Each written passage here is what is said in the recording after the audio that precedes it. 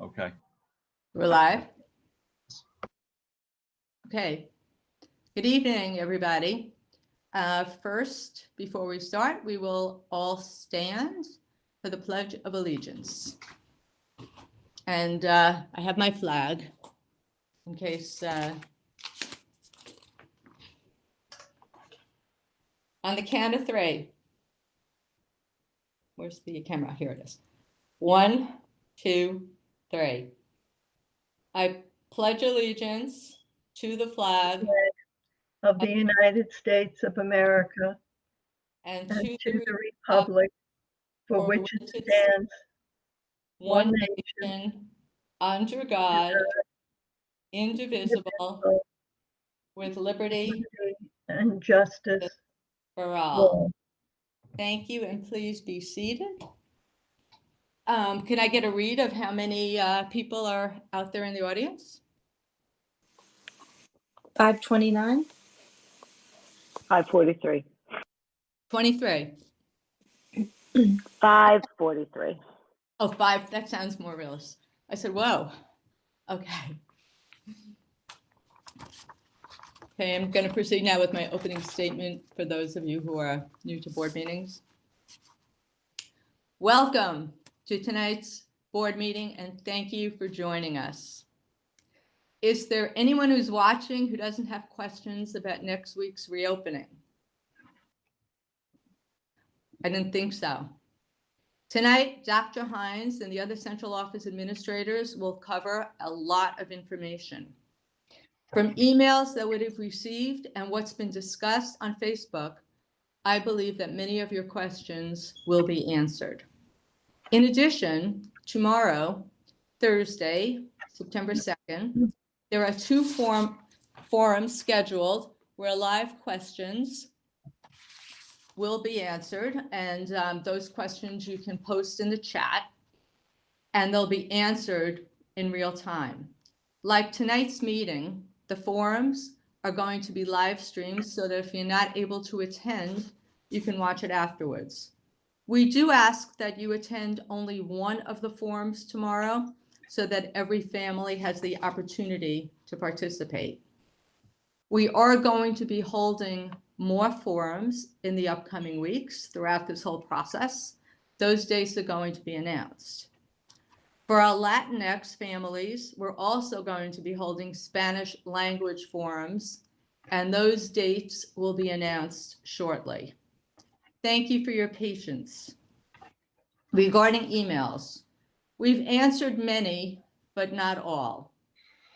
It may be bad form to open a meeting with an apology.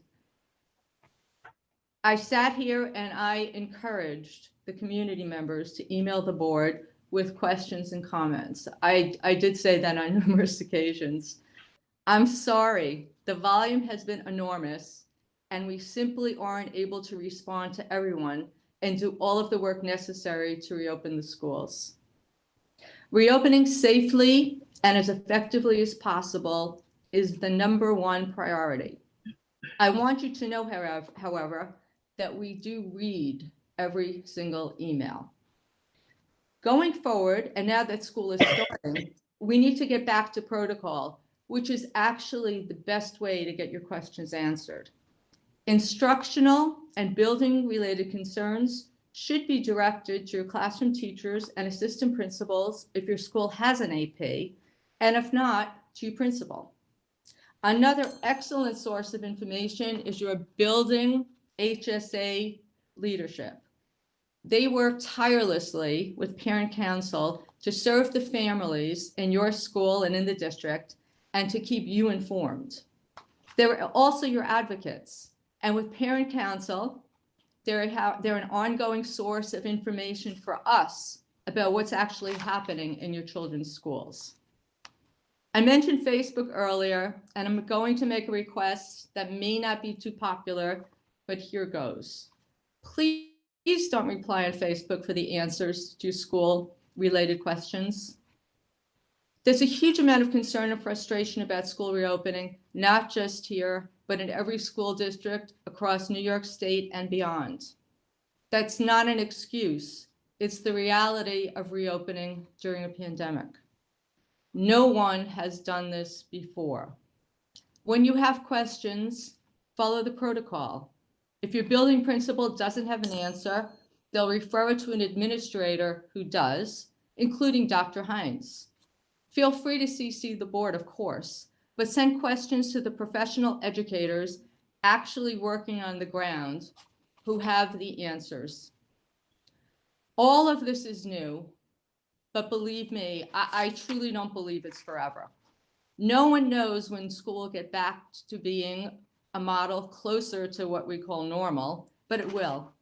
In the interim, and no matter how long it takes, we're giving everything we have to safely and effectively bring your children back to school, be it in person, remotely, or virtually.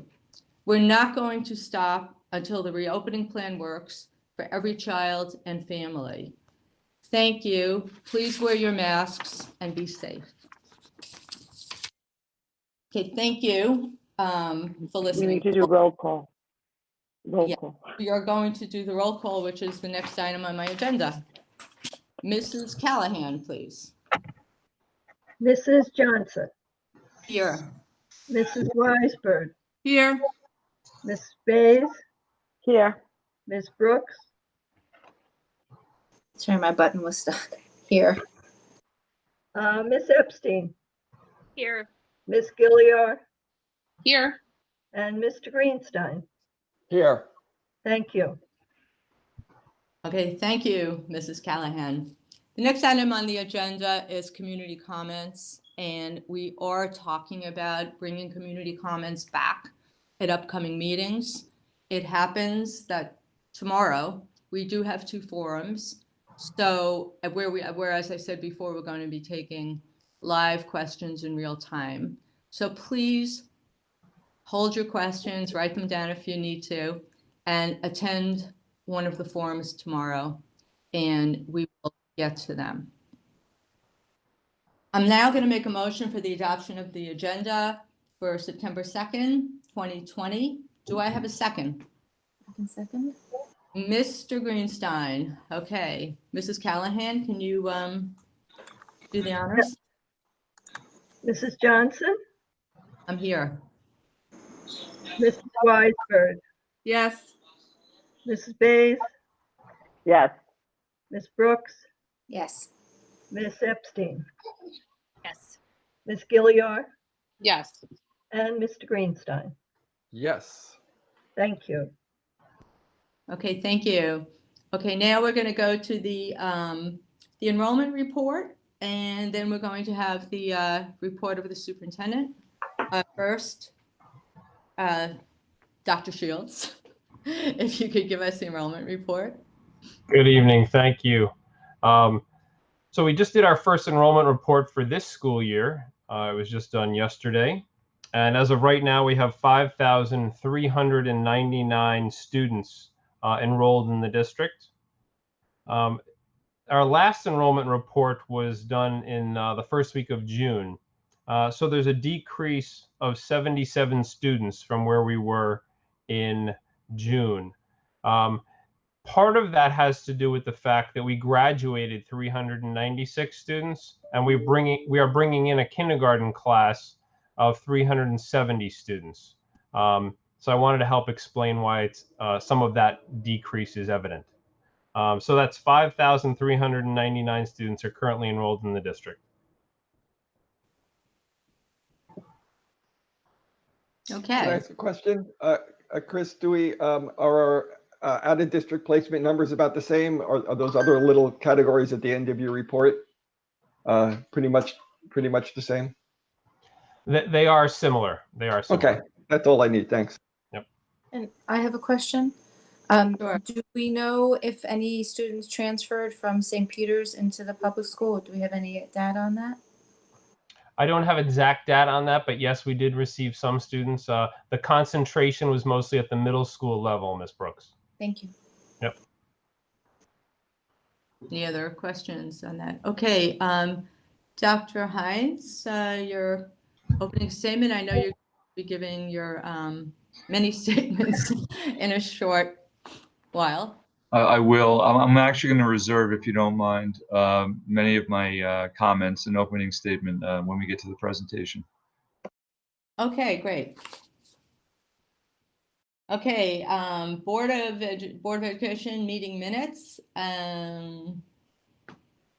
I am going to ask for your approval for the minutes from August 17th, 2020, August 20th, 2020, August 25th, 2020, and August 31st, 2020.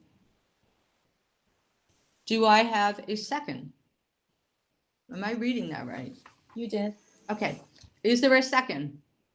I can second it. Okay, thank you. You're welcome. Mrs. Callahan? Mrs. Johnson, Yes. Mrs. Weisberg, Yes. Mrs. Bays, yes, Mrs. Brooks, Yes. Ms. Epstein, Yes. Ms. Gilliard, Yes. and Mr. Greenstein. Yes. Thank you. Okay, thank you. As we've done over the last couple of weeks, I'm going to actually move the discussion item, which is a discussion of the reopening plan, to, well, the end of the meeting, but we're just going to go through the rest of the business part of the meeting and then save the reopening plan for last. So we're moving on now to committee reports. We have not actually had any committee meetings, but I do know that there will be a budget meeting scheduled in the not too distant future. I don't know if we have any update on that from Mrs. Weisberg. Do we have a date yet or no? No date yet, but we'd be looking to, not next week, but the week after at some point, to just give a quick update on where we stand with pandemic expenses, but I think that the community will get some of that from Mary tonight. So stay tuned. We'll all be getting an update. Okay, thank you. Now we get to the consent Excuse agenda. me, Nora, Right. there is a policy and personnel committee meeting scheduled for September Ah, at 9 a.m. oh, great. Um, What date is that? The 9th? Oh, Okay. the date. I'm not sure exactly what day it is, but it's it's Wednesday. It's a Wednesday. It's a Wednesday.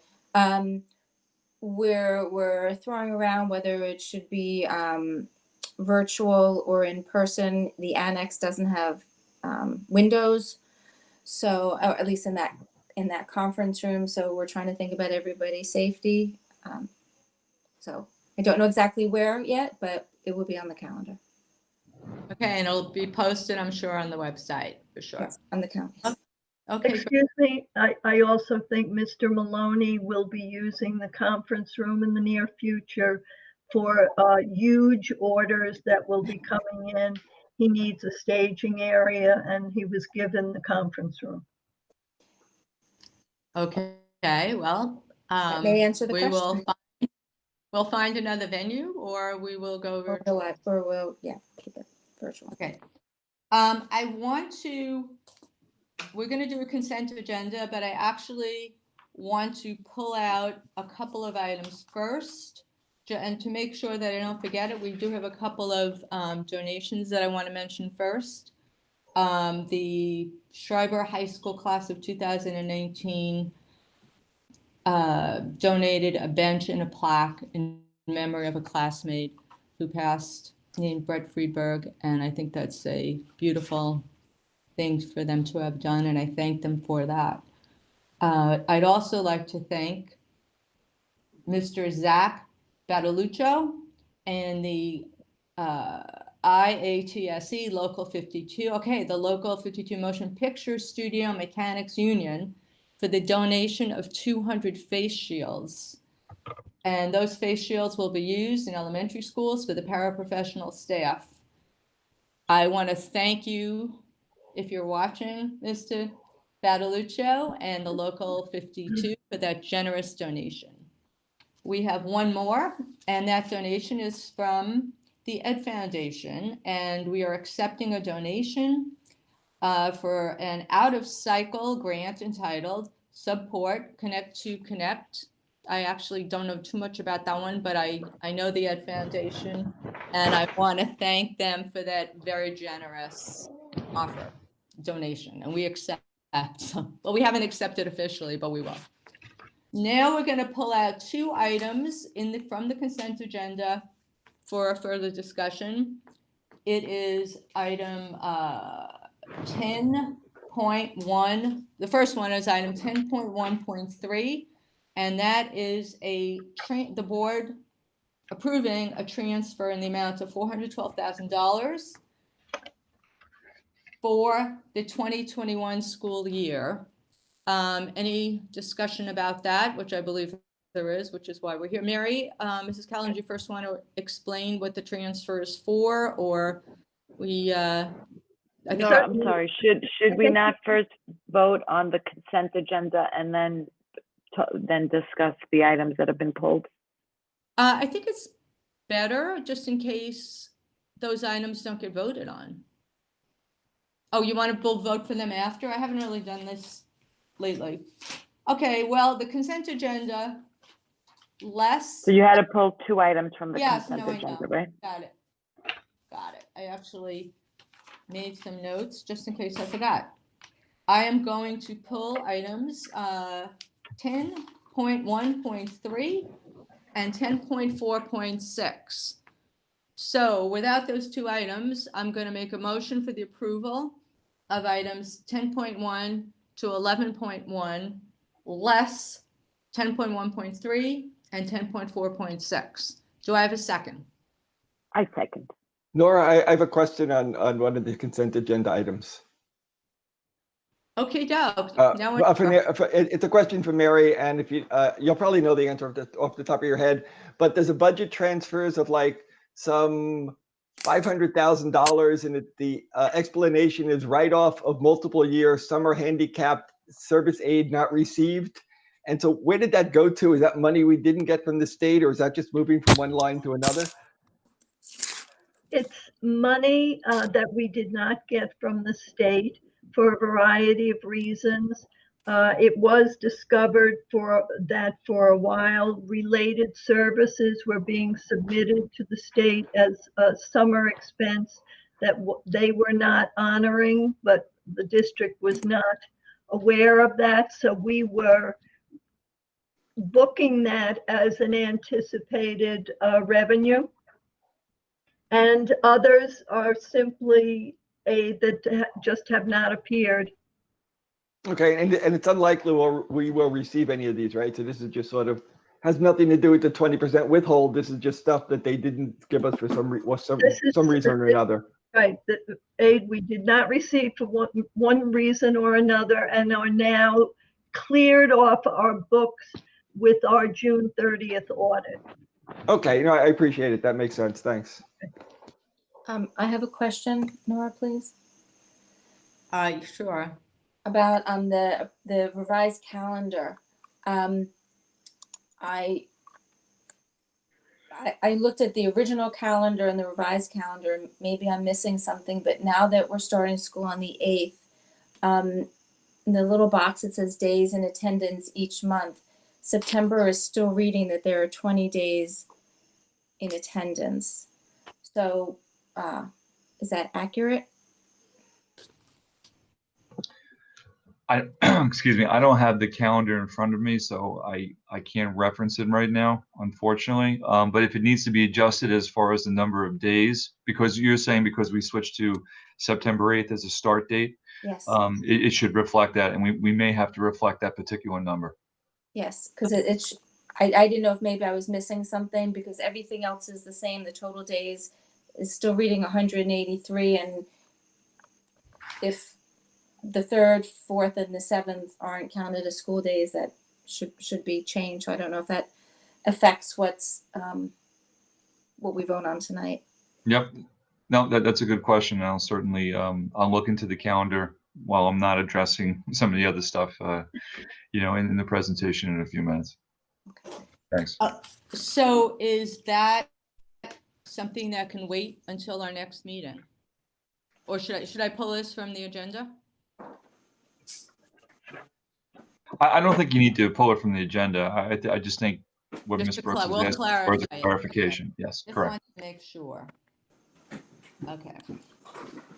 Okay, but I did pull item 10.1.3, and this actually has to do with the purchase of additional, us authorizing, We haven't voted on these on the consent yet. oh, well, that, we probably should. Okay, I'm gonna, I'm gonna It's make, hard when we're on different rooms. oh, yeah, that's what it is. Okay, I'm gonna make a motion for the approval of the items from 10.1 to 11.1 on tonight's agenda. And I Pull think out- Mrs. Bays already seconded it for you.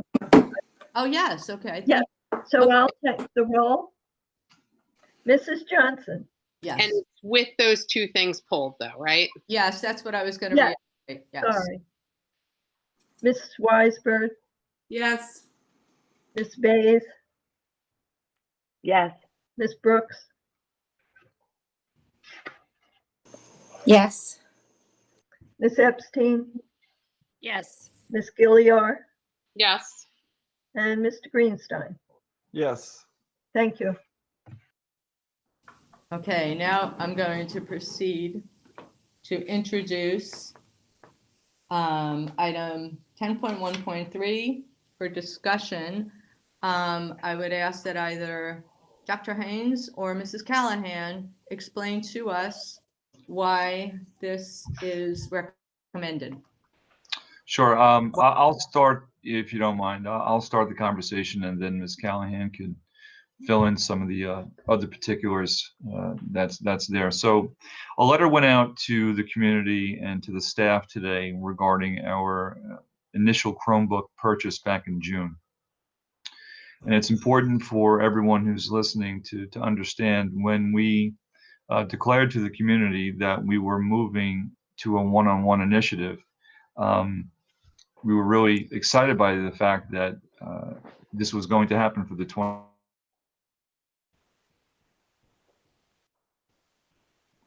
What we did was we wanted to ensure clearly that they were here before the school year began. So when we made that initial purchase, we actually paid an extra fee to have them here come faster.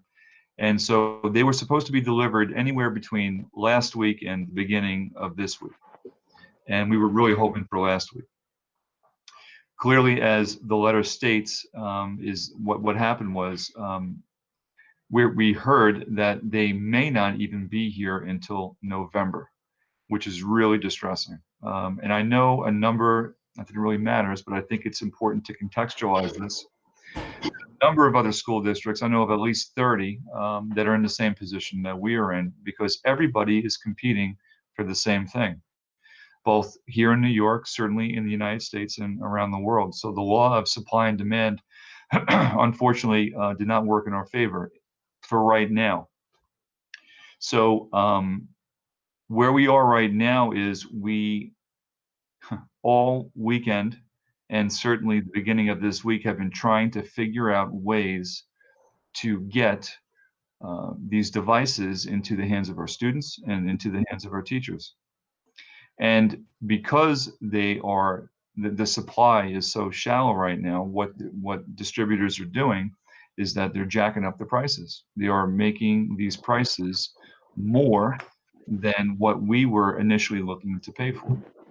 So, effort to make sure that all of our students and teachers have a device this year as early as possible. And what we are aiming for is by the end of next week for our students, and maybe Monday or Tuesday that following week for our teachers. We need to, in my estimation, purchase these machines. Ryan Maloney and his crew found a way to have distributors bring them to the school district next week. If that is the case, we are able to get them ready, get them cleaned up, get them disseminated to our students and our teachers in short order. But that's by them working around the clock to make it happen. And I truly believe at the beginning of this year, we need to have those devices in place. So that budget transfer that is being discussed right now is the extra amount it will take for us to get almost the same amount of machines. Actually, we're getting a little bit less than what we were initially looking to have. And Ms. Callahan can talk about those particulars as far as what it looks like, as far as the number that we were looking in the initial order compared to what we're looking at now. But the reality is it's going to cost more than what we anticipated back in June because of the price increase. And it's a substantial price increase, by the way. And I believe the longer that we take, those prices will continue to go up. And we need to keep that into account. So that budget increase, well, I should say the budget transfer it amounts to close to $400,000. Not all of it would be used for what we are looking for to purchase these extra devices. And at that point, I'm going to turn it over to Ms. Callahan because I'm sure she can fill in some of the other things that I didn't mention. Thank you, Dr. Hines. You did cover just about everything. The real difference is that the pricing structure went up by about a third, and we did have to reduce the overall number of units we were planning to purchase for teachers, teacher assistants, and EAs. We certainly will be purchasing enough for all teachers at this time, but the premium is necessary in order to have delivery, which Mr. Maloney is guaranteeing. And yesterday, when this discussion began, the figure was expected to be $412,000.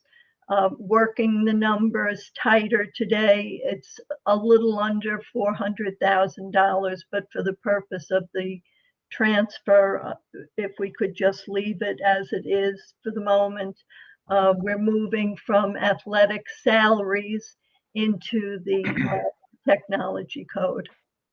But if anybody has any questions, I'm happy to answer them. And actually, you know, before, if you don't mind, if the board doesn't mind, I'd like to add to this. It's really important to understand that when we placed this order, we had every expectation to have these devices here in time, and to not only have them here in time, but to make sure when students were here, our teachers came here, our teachers started yesterday, was to make sure that they had them. And I'm telling you right now, based on the way that we've structured our programs, specifically at the hybrid, with the hybrid model at Weber and at Schreiber, it's really important that all of our students and our teachers have these devices. It is my strong recommendation that this happens. And I know that there will be some really thoughtful questions that we will answer. I would never make this recommendation unless I thought that our students and our teachers needed this. And I know because when we go over our reopening update in a few minutes, we will talk about expenditures related to what has happened since March.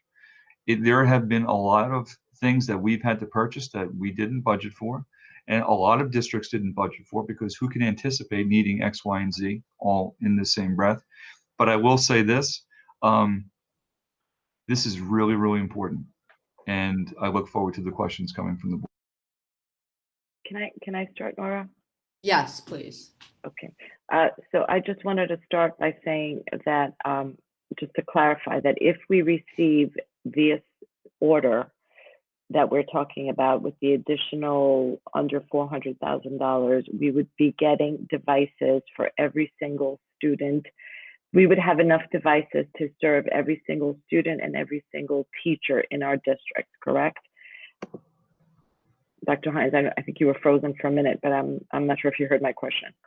I didn't hear your question. Everybody else is frozen but you on my screen. My apologies. Okay, so my question was, if we receive all of these, if we use the $400,000 that we're now asking to transfer, we would be receiving devices to give to each, to have enough devices for every student in our district, as well as every teacher in our district. And that we anticipate these devices to be here. I'm fill in the blank. Yep. So between the end of this week and the beginning of next week, Okay, and in between, the technology department with the ones we are receiving, to really get on making sure that all the different protocols that they have to follow are in place so we can disseminate them in a timely fashion. great. So that was my question. I do want to just add, or for clarification, I do want to just add that I know that we've heard commentary today from community members who feel that we as a district did not order our devices. We as a district did not, order them on time. I know that you mentioned that we did order them in June. I know that we also ordered them with an expedited fee so that we would get them on time. And I know that we've heard that other districts have them, and I think that that is not the case, and I just want to clear that up. I heard today that our neighbors had them and had already distributed them, and I just want to make sure that everybody in the community knows that that is not true. Our neighbors do not have them all, and that they have not all distributed them. Also, I think it's important for us to point out that we ordered over 2,000 units, correct? What was the original order? Yeah, so the 2,400? original order, it was around 2,400 for students, a little over that, and around 757 for teachers. I know, for instance, our neighbors ordered in the numbers of 300 units. So there's a big difference when you put in an order for 3,000 units versus the order of 300. So I just wanted to make that kind of public information that what is being said is not necessarily accurate. So those are my questions. Thank you. Thank you, Emily. May I go? Yes. So I would be remiss first if I didn't thank Ryan Maloney and his team for all of his efforts in general, but when the pandemic hit in March, I think the community does not have a real good understanding of what they did in a very short amount of time to distribute Chromebooks to the kids who needed them. And I think the date was by March 23rd, they were actually standing out in the rain distributing Chromebooks. And so I know that the technology department has been on top of this for a very long time. And I remember feeling, I guess, kind of upset in June that we had to pay an expediting fee, but I understood why. And I guess I need to be upset at the world because everybody is buying these devices worldwide. And it's been reported in the Wall Street Journal and the New York Times about how, for whatever reason, I won't go into the political reasons, but there are issues in China with even getting these things made. So I understand why we're in this situation. I think we are not unique. Districts that already had the laptops or the Chromebooks for years may find themselves having to replenish those, so they'll be joining us. I understand the request for the money. My question is there a technological reason or a pedagogical reason why those kids who have laptops or devices who can bring them to school on their own, if their parents let them, can't suffice? I understand that we could use it as a stopgap measure, but for a longer term, is there a reason why a district issued device is better for every child to have? I hope I made myself clear. Sure. So the first answer I have is consistency is really important, but we are encouraging students right now to bring their own device because that will help with the supply. But we also have to understand too, the machines that we have here on site, they're older and they are bound at some point to not operate the way that we want them to. So when we talk about what we're ordering now, we're using that in conjunction with what we currently have. And so it's critically important for us to have machines here because we know, first of all, some will break, right? We're going to need parts for for other machines that are here as well. And the way that our education is moving forward, it is so critical for all of our kids to have something on them, have a device on them at all times. So is it critical? I can't think of anything more critical than this happening right now than almost anything else, aside from a safety standpoint, of course, making sure everything is in place. But we have to understand we have 2,500 machines here that are used, right? What we're doing is we're adding potentially another 2,500 machines and then purchasing devices for teachers as well. One of the things that was really loud and clear with what happened last spring was that we needed, some students didn't have them. The teachers sometimes, when they were using their own devices, they weren't working well. Some didn't have cameras. Sometimes the sound was off. We want to mitigate all of those variables, especially if and when we have to go fully remote. And I can't think of a better way to do that than to continue the mission of moving toward and forward with a one-on-one initiative. And so that's why, we will have some in storage, and which is really important. But with what we're asking, we're not, I can tell you, we're not overreaching as far as, what we're asking, the number that we're asking for. But it'll put us in a really good place to not only begin this school year, but to make sure that everybody has what they need while instruction's taking place in the schoolhouse and, of course, when it's at home. And the timing of this is hypercritical because the first week back, listen, we are thrilled to be back after a half of a year, 6 months, right? We haven't been in the classrooms. That first week, for the most part, we'll get to know each other again. We'll get to know the protocols, the procedures, all those different things that are really, really important in this new world of education. By the time that first week is over, I want to make sure that every single child and student has a device. And this is the way to ensure it. And it's a modern day miracle that we're even in this position to have this conversation, to find any devices that we can land and then ensure that by the end of next week, all our students will have.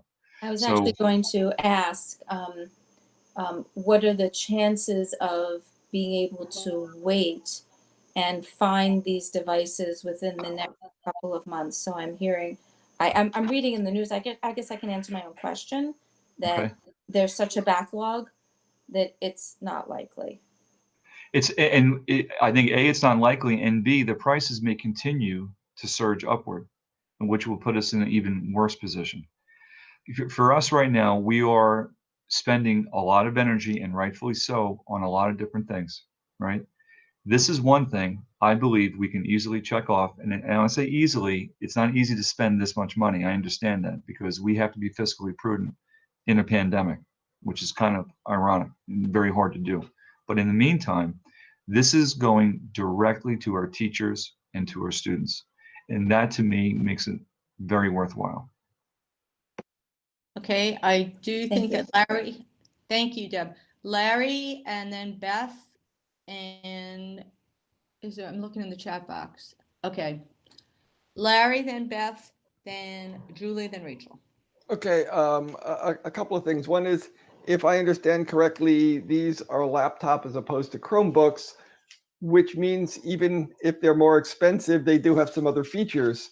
For example, if you've downloaded an assignment and are working on it and your wireless goes down, you can still work on it. So even though we're paying a little bit more, we are getting a little bit more functionality, and it might not be, so it isn't just we're being gouged, it's we're getting a slightly better product. The other thing is about people bringing their own devices. When it works, it's great. When one of those things can't connect properly or one of those things breaks, we have no ability to fix them. When everybody has the same device, our already overburdened tech staff knows how to work on them. They have the spare parts. They can get you back up and running. We've had it in our meetings where just people have lost connectivity and people have had to go set them back up. And for every device, it's different in the internal workings of them, of how to get you connected, and how to get you working, and how to get you going properly. So while people may choose to bring their own computer to school, it's important that they have one of ours if theirs isn't working. or if something's happening, or if they're somehow or other, if their computer just isn't doing what we need to do, we know that every assignment we give and at every project we give will work on the computers that we give out, and platform neutral, and that's really what we. It's like giving everybody the same textbook and somebody saying, "Oh, I have an old version of that textbook at home. I'm just going to use that." But page 75 is different. So anyway, so I'm in favor of this. I don't like spending the money, but I also don't like the idea of having kids left to their own devices, so to speak. No pun intended. Yeah. Yeah, halfway through I realized there's a pun intended. It. Okay, thank you. I'm just looking at the chat I was box. next, Nora. Did I miss you? Yeah, that was my question. No, you Yes, didn't miss please. me. I was after Larry. We're good. We're in Okay. order. So I am 100% in favor of doing this. I think this is the right thing to do for our kids. It's the right thing to do for the district. I think that what I would just like some clarity either from Dr. Hines or from Dr. Mioli. This is not only beneficial to our district and students within the pandemic. This unlike many of the other things that we're spending a lot of money on, this one actually is a long-term payoff as far as transforming education here in Port Washington. And maybe just a couple of words about that from either Dr. Hines or Dr. Mioli about how beneficial this will actually be, and not in the short term, but in the longer term. Thank you, Beth, for that question. Yes, I don't know which of the two of you would like to answer, but Yeah, I'll start, and then I know Dr. Miele, he always likes to chime in. So let me start with this. First of all, I think we're one of the very few districts that haven't moved in this direction as far as a one-on-one, right? And listen, the last thing I ever want to do is compare ourselves to other districts, but this is the reality. We're in the 21st century, right? Students need to know how to learn in different ways, and certainly via technology. Some of the things we learned last spring, flipped classrooms, and some teachers did this already, clearly. But there's been a lot of professional development with our teachers as far as new ways to engage students. And so whether they are in school, whether they are out of school, this is something that benefits our students. And to be honest with you, it benefits our teachers, and it stretches our teachers to teach in different ways. So I think the benefits are vast. And believe me, before I came here, and you talk about learning, I've learned a lot. I wasn't as pro one-on-one with kids because I was always concerned about screen time. But the reality is, where we are right now, they need to have these devices, and we engage students not just watching videos, but actually doing things that are very meaningful, and very meaningful at a very early age, where our youngest kids are using iPads, right? So we know pre-K, kindergarten, first grade, they won't have these devices. They have iPads, which we have in stock right now. They're here, so we're not waiting for arrival. They're ready to go. But where we are, pandemic or not, I agree with you, Beth. This is a benefit for all of our students. And we will continue to grow through this journey of moving in this direction. And I'm deeply excited by doing this. And it's the best way to grow, right? You expand, you learn as you go, and then you apply. And I've seen some really great things that have happened in the spring, and will continue to move forward as we move forward in the fall. I don't know if Dr. Mioli had anything else to add. Not much to add. I would just say that in my second month on the job, if we were not in a pandemic, I would have a lot harder time. I would be making the case to you that we need to go in this direction for a lot of reasons, most of which Dr. Hines already enumerated. And if we think about it, we've been adding iPad and Chromebook carts to our inventory over the last couple of years, and moving in this direction so that teachers can use these devices in the classroom to help differentiate, to help do lots of things that you can do now, both remotely and in person.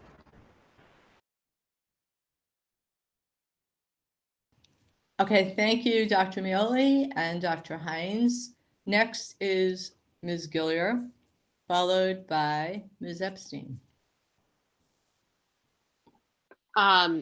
So I'm on board for the idea that a one-on-one initiative has value. I mean, obviously we all are, right? Because we voted for it in June.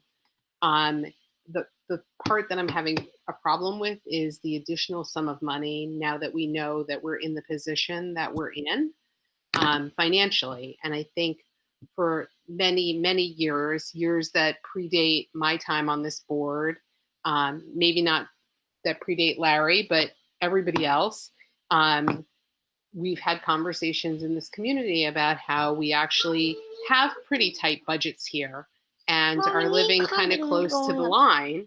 And now it's coming to roost for us because we're looking around at neighboring districts. And I know I'm hearing from people in the community, and people are posting on Facebook, and people are asking us, how is it that this district is spending this amount and this district is spending this amount? And, you know, certain districts budgeted extra millions of dollars and we budgeted an extra $500,000. And we've compounded this situation a little bit by having an even tighter, you gotta wait for a minute, buddy. Having an even tighter budget this year than we normally have, because we were concerned about the possibility of the budget not passing, which of course would be much worse than living within a 1.99% levy increase than a 3.96 or whatever it was going to be. But the pie is only so big. And my worry is we need so much to deal with this pandemic. And I think there were many of us who said in the spring that we were potentially going to need more money in the fall. And there were people saying, well, isn't it going to be cheaper because we're not really going to be in school? And some people were saying, no, but it could also be more. We don't know which way it's going to be going. It's going to be more of some, less of some. Anyway, all of this is to say, I'm very worried about this additional expenditure, which is like a 33% increase in the cost. Just so I'm clear on the details, the first order we placed, and I think it's important that the public understand, this order was placed. It was placed in June. Mistakes have been made. I don't think there's anybody up here who would try to deny that mistakes have been made over the past 6 months, but this is not one of them. The order was placed. We were actually very on top of trying to get in on the one-on-one. The problem is with the distributor. If we stick with this original order, which locks in our price, $300,000 or $400,000 less, when does it come in? I think Mrs. It will be produced sometime in November, and then will have to be shipped overseas, which might take us, depending on shipping, another month.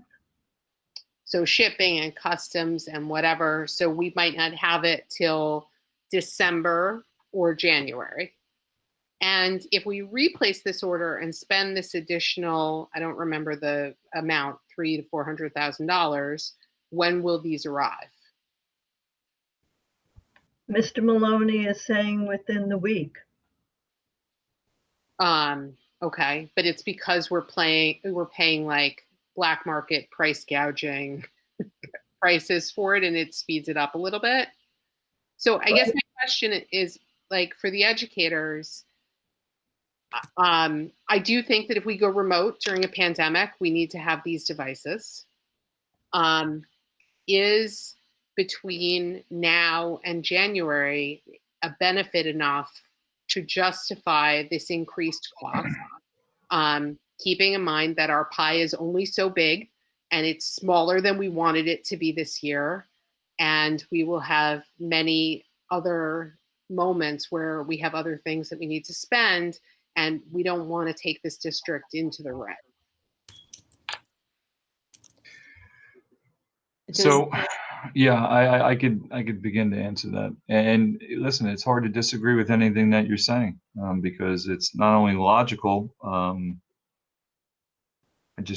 I understand where you're coming from, but here's the harsh reality: when we are making decisions in the pandemic, because that's what we're doing and what we will continue to do. Sometimes we have to make decisions that we're not crazy about, but our kids need and our teachers need it. I don't want to think about what the beginning of our school year looks like if they don't have these devices. They need it. And if we have to wait until December, January for that, I worry about then what their experiences will be like from September until that happens. And I know there is a cost attached to it. Listen, you're going to hear some things tonight that, yes, we budgeted $500,000. Thank goodness we budgeted something. But we are well over that in other areas that we will be very clear about. And again, not to bring up other districts, it was in Newsday the past 2 or 3 days. Try to stay away from Newsday nowadays, but we see what other districts are spending well over what they budgeted. This is the reality that we're dealing with, and we will seek other ways to have some reimbursement. And I know Ms. Callahan will talk about what that looks like, because there has to be ways for us to offset some of these expenditures. But for this, it's a non-negotiable for me as far as my recommendation to the board, how incredibly important this is. So I don't know if I answered your question, but I just want to underscore that we are in a place that we don't want to be in. The fact that the machines aren't even made. I mean, Mr. Maloney actually contacted the CEO of, I guess, the distributor, and we found out these machines, they're not even made yet. So, which is ludicrous. And, I don't want to get angry in a board meeting, but it puts us and it puts our kids and our teachers in a really precarious position. And I think it's our responsibility, albeit we have to pay more money for it, to make sure that they have what they need for instruction to take place. And that's where we are. Okay, thank you, Dr. Hines. I just want to, for the record, clarify something. I know you didn't mean it literally, but they're not from the black market. Rachel, the record is, we have a record here. I was speaking metaphorically, not I- making any sort of admission about the Board of Ed or the district's I just want to be clear because sometimes people alleged illegal activities. And also to note that what Larry had said before, these are better devices, so they're more expensive because they're different devices. They're more expensive because this is the going rate everywhere. To be honest with you, this is where the market is for devices in general. They're more money. And I know for some of us who try to purchase devices, and maybe like 2 or 3, sometimes you're finding out you're paying more than what you should be. So yeah, this is the going rate, and I only know that because I've conversed with Ryan about this. And I just want to do a shout out to Ryan Maloney, our Director of Technology. I don't know if he's listening tonight, but if you are, Ryan, we appreciate you so much. We know you've been working around the clock for a long time, but especially now to find these devices at this point and to have made the inquiries and the calls and everything else that I've heard that you've done, and to come up with devices so that we can, provided that the board approves. But even the fact that you were able to find devices that could help us open schools effectively, I thank you from the bottom of my heart. You've gone above and beyond, and everyone here, regardless, I'm speaking for 2 board members who potentially think it's too much money. I understand that, but I don't think that takes away from even, for them, our gratitude for you to finding these devices and giving us the opportunity to purchase them in this environment. So thank you, Ryan. Okay, I'm going to actually, unless anybody has something. Julie had a comment. I just had a couple. I know I'm a troublemaker. I know. It's just because past my bedtime now. I know. So I have a few rapid fire questions because I think we've had a lot of discussion. So my rapid fire questions are these. Mrs. Callahan, can you please let us know for the Chromebooks that we ordered in June and we have said we have paid an expedited fee on? Have we literally shelled out the money and lost anything from this? Have we paid anyone physically any money at all? Or is this just all on paper still? This is all on paper. Schools would never pay for goods not received. Thank you for that clarification.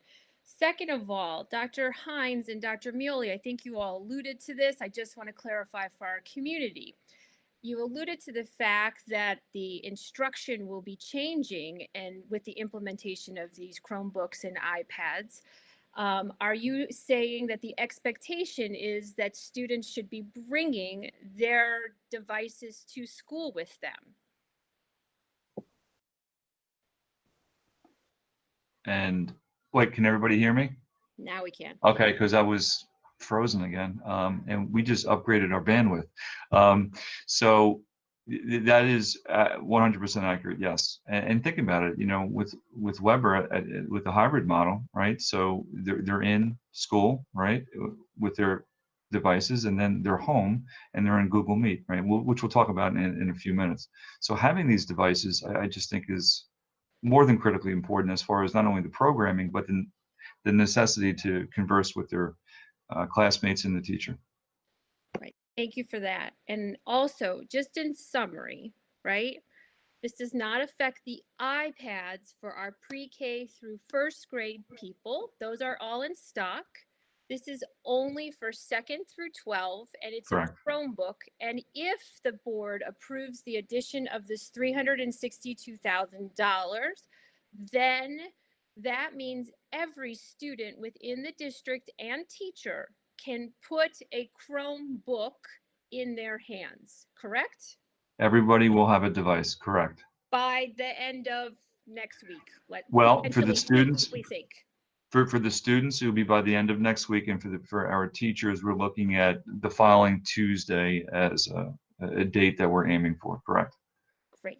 Thank you so much. I appreciate that. Thank you, Nora, for letting me have that moment. Thank you, Julie. They were excellent points. Now I think we should call for a vote. I'm sorry, Nora. Can I ask one more question? No, you're done. No, yes, you can.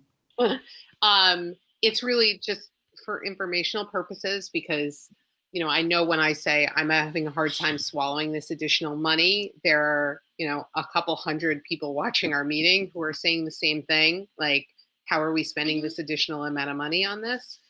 So people fully understand it. Can you give us your 2-minute shtick on how this changes education in Port Washington? What does the day look like differently if a child has an iPad or a Chromebook than what it looks like right now? I think I'll interject there to save you a little time. Personally, if we end up going fully remote because of the pandemic, I think we're all sold on that, right? That changes everything. But in the classroom, how will these be utilized day to day at the elementary level, the middle school, and the high school level? Mike, you have to unmute. Sorry. You think I know by now when I'm muted. So questions such as that, as far as what assignments will look like, I mean, the examples that I can share right now is some of the technology that they've used, or some of the instances as far as using that, again, not only the flipped classroom, but the other professional development opportunities and the programs that they've had.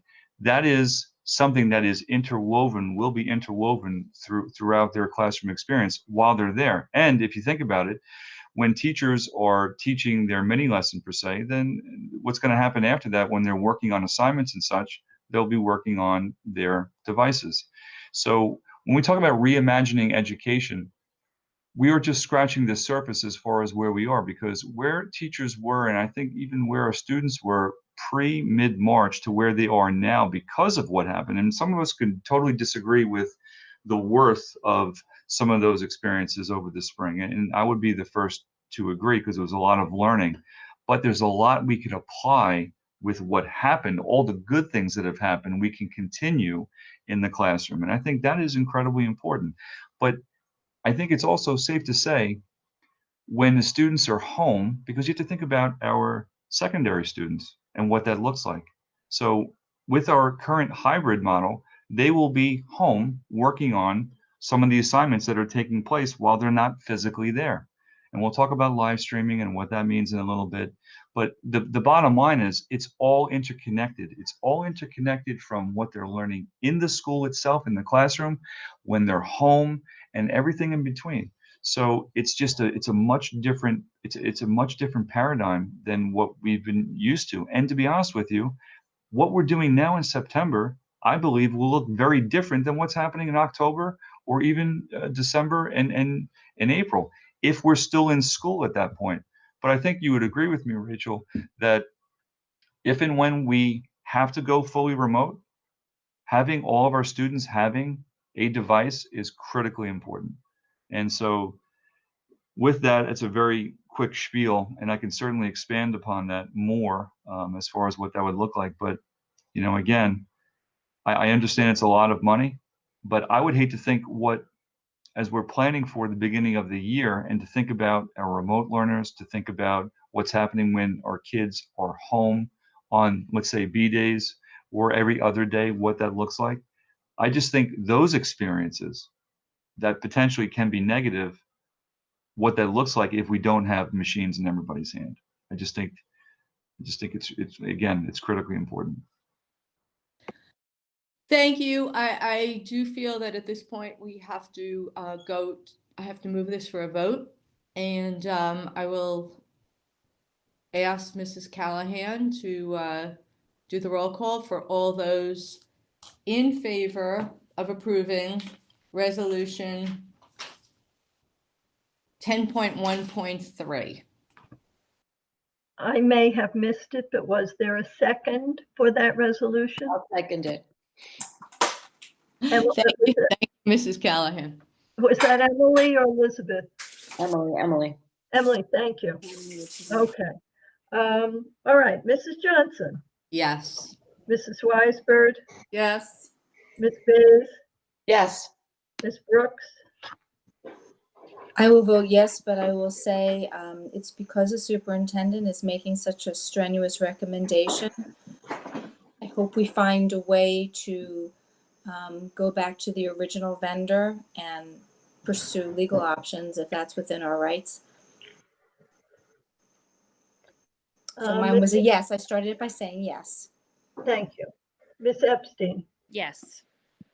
Ms. Gilliard, I'm voting a disgruntled yes, like Mrs. Brooks. I think that I would not vote no against such a strong recommendation from our superintendent. And I also agree with him that if we go remote, we will not have the luxury of having waited. And at that point, these devices could cost $1,000 each, as every school district that doesn't do a one-on-one suddenly needs one. So that's why I will vote yes. thank you. Mr. Greenstein, So wait, how many choices do I have? I'll vote yes. thank you. Okay, thank you. Now on to another item that we're going to be discussing, and this one is item 10.4.6. I will read it, and it is approve the establishment of the following instructional position with the recommendation of the superintendent, and that is physical education plus 1.0. So that's a full-time position. Perhaps either maybe Dr. Shields could explain why this is on the agenda, if that's. I'd be glad. Thank you. I'd be glad to, of course. So the elementary teachers the elementary principals have been, as you know, working very diligently to be able to open the school year with the ability to move from the phase-in scenario that they're starting with in September into the full-in scenario with all students being able to return. As part of that model, as you can understand, at the forefront of their decision-making is safety and minimizing exposure of health risk to teachers and to students. So what they have requested is that we increase by one physical education teacher. What this does is because we had multiple phys ed teachers shared between 4 of our schools. What this does is it allows us to have 2 PE teachers in each school and to serve the students in smaller cohorts, thereby having the teachers exposed to less numbers of students, and the students then exposed to, less traveling teachers in their midst as teachers in front of them. So what it does is it establishes 2 phys ed teachers in each of the elementary schools by adding 1. And we think this is a safety piece that also helps deliver, on a curriculum side for the students as well, by having smaller groups smaller groups of students exposed to the PE teachers that are based now in their schools instead of multiple schools that they would be traveling to. Thank you, Dr. Shields. Questions? I have a question.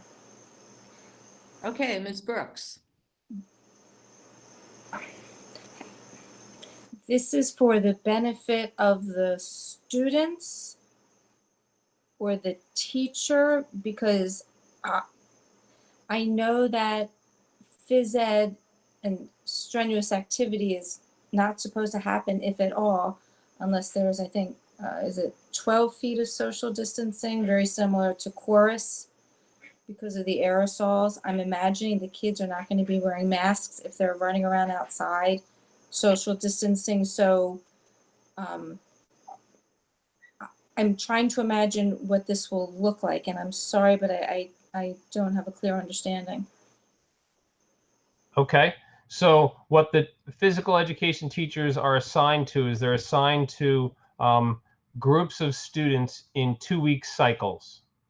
It gets them their physical education time that they're required to have outside like they would normally have if weather's permitting, and able to deliver the usual phys ed class that your children would have experienced in elementary school. I don't want you to think it looks completely different because we're adding a phys ed teacher. Dr. Mealy, is there anything you wanted to add to that? Yeah, thank you. Would you like me to, or? Sure. Oh, you're Okay. asking Brooks? Yeah, so one of the things we're being very sensitive about is in this, new world, kids are going to be very static. One of the things we're trying to do is not have them go through the hallways, to lessen groups of kids together. So, we, as Dr. Shields said, we're going to be trying to get the kids outside as much as possible. And you can do activities outside, socially distanced, and that is the plan.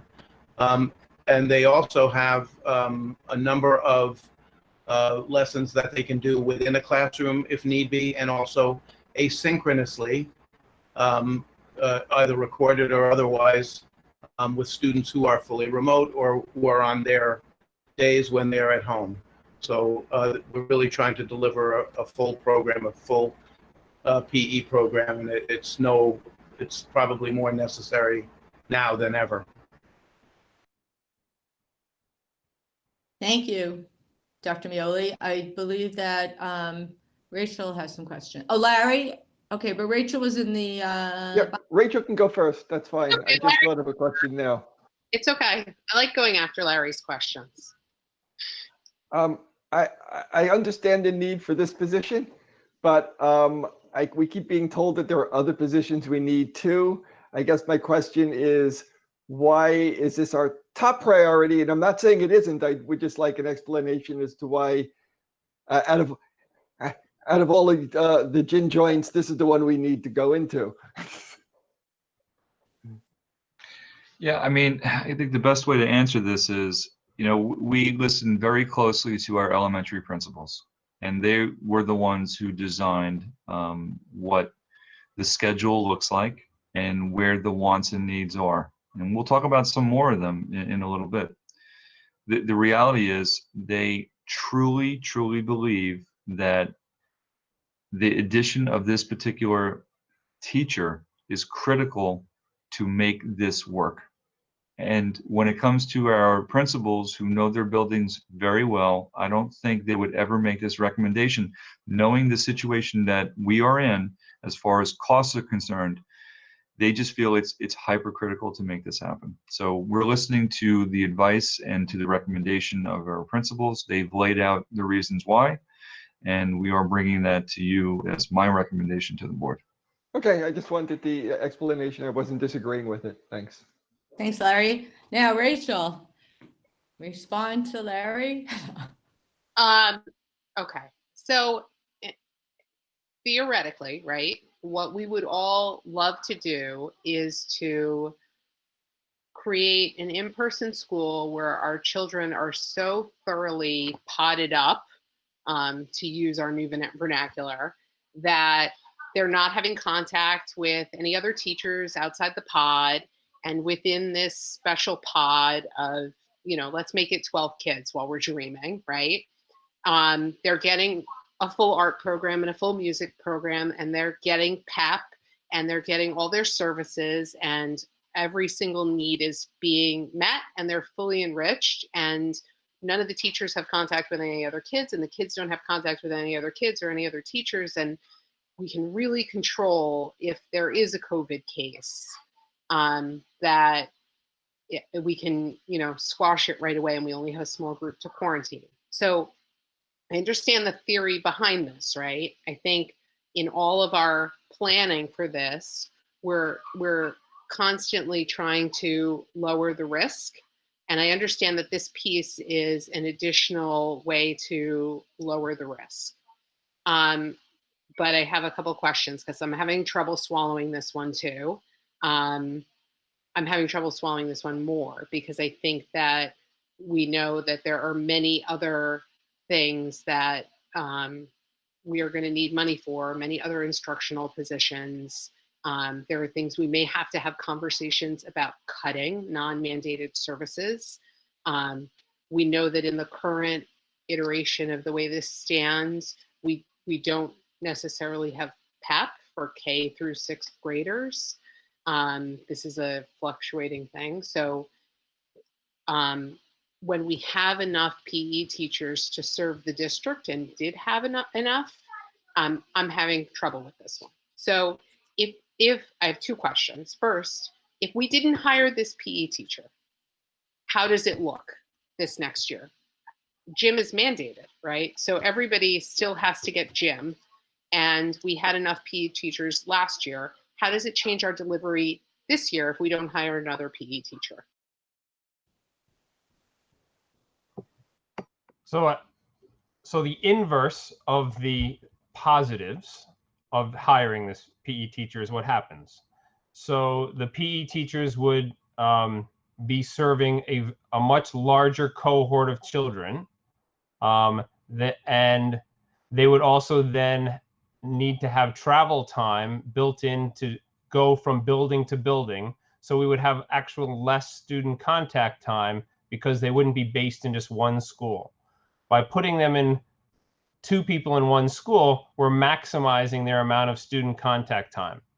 So we would have to then reschedule the PE sections for the elementary schools in 4 of the 5 buildings where we don't have the 2 committed people. And that would decrease the amount of phys ed contact time that would exist in those 4 schools.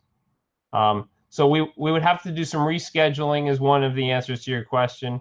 We would lose some contact time, and we would then increase the number of students that phys ed teachers are exposed to because they'd now be going to multiple buildings.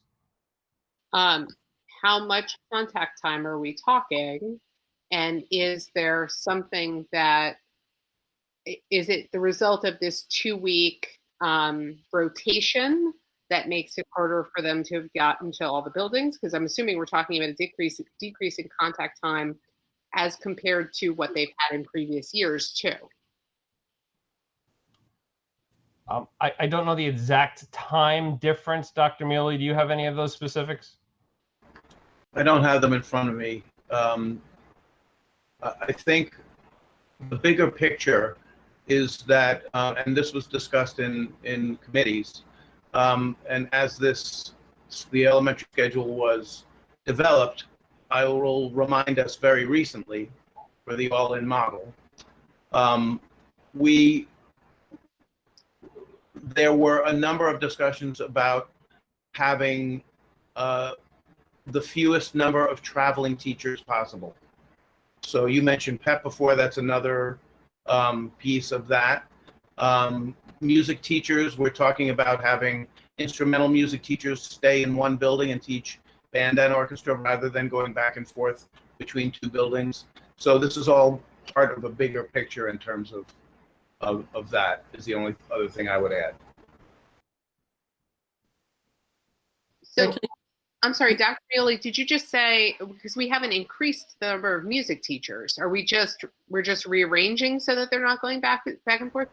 So normally, you know, so Sousa and Manor Haven share teachers. So normally the band teacher would go back and forth, the orchestra teacher would go back and forth. To minimize that, because they are certified to teach both, we're talking about having, you know, one teacher stay in one building full-time and the other teacher stay in the other building full-time. Instructionally, it's not as good, but safety-wise, it's better. There are a number of things like that, a number of specials like that, that we manipulated in order to have this happen. So that sort of, thank you, because I wasn't aware of that.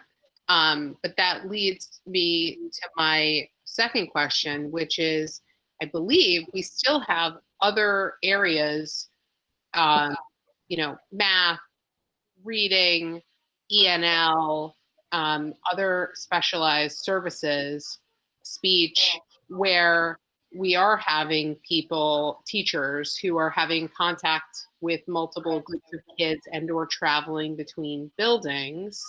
Am I correct about that? And is there something that we're doing about those as well? What I can say is that we are trying to minimize that as much as possible, minimize the traveling. And there were some inequities that were created by doing that in the interest of safety. Not, again, as a number of you have said in the past, and I think we will continue to say, we're in a pandemic and we are trying to balance the best we can, you know, continuing our long tradition of excellence in instruction, balancing that with safety. So there are a number of, I can't say for sure that we have eradicated it, but I know we have minimized it. If I can add just one other thing, I'm sorry, Nora, thank you. A big part of my concern here is that we haven't had a chance to have a budget meeting recently, and we will have one in the next 2 weeks. And I think it's important for us to be able to look at the big picture of all of this and understand exactly how far over budget we are, exactly where we're over budget. And in general, you know, I do want to be able to defer to the educators on this, but it's hard to do that when I feel like I don't have all of the information yet to fully understand this.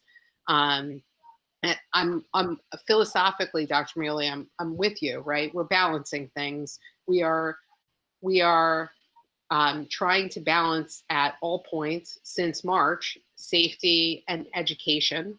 I think that those have been competing goals.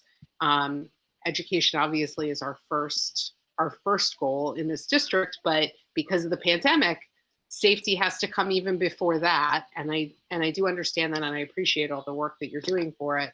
I'm just still concerned about whether or not this is the right way to go for this. I have one other question on it, but I will cede the floor back to anybody else who has another question first.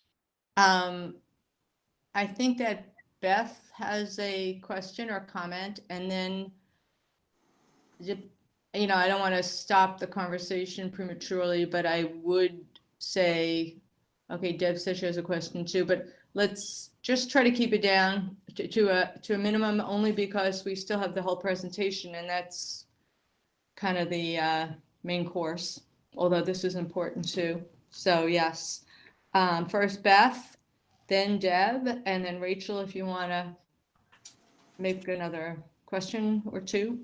And then I hope we can take a vote. My comment is quick, Nora. I just wanted to throw this back to Mike because clearly you had to have been considering all of these things, Dr. Hines. I know you have, and Dr. Mioli, and you've been looking at all of the places, and you're coming to us with simply this one recommendation for an additional teacher. So I just wanted to circle back to you and see if there's anything you want to add, because I can't imagine that you didn't consider all of these other areas that we're talking about now. No, we have, and these are really thoughtful questions, and they're very important questions to answer. And I think, you know, as I'm making the recommendation to the board, I'm listening to the people who have boots on the ground, making these schools run safely and instructionally sound. When I listen to our administrators, not only in district office, but when I listen to the elementary principals, they made the case that this is incredibly important. And again, when I'm making this recommendation to the board, you know, clearly we want to have a very clear rationale. And in the same breath, think of the implications to the budget and how over we are at this point. I've given that very just a lot of consideration, and it wouldn't be here in front of you unless we all felt that this was incredibly important. But again, the questions they're very thoughtful and they're necessary. We tried poking holes in why this was necessary, and it came back to, you know, we really need this to make it happen really from a safety standpoint. And you know, I feel comfortable making that recommendation because, again, once we go through this presentation, we will be talking about a host of things that have to do with the same issues, right? Making sure everyone's safe, that we just didn't anticipate how much it would cost. I don't think any district really did. And what's the rationale behind those recommendations too. So it's all, I said this before, everything is interrelated. Everything is totally connected when it comes to every decision that we make, every one. And I just wanted to say, you know, your questions, Rachel, and I think, and others who asked, I totally understand. But I sit here before you making that recommendation based on the people that I trust, educationally speaking. Okay, thank you. Deb, I believe, had Thank another question. So is this hire necessary given that we are going to be easing into all in K through 5 in the next few weeks? In other words, we're not going to have the full school population in. So is this position immediate?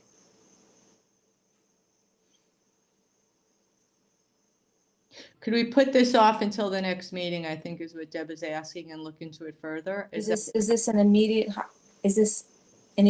hire, or given that we're going to be phasing in, can it wait?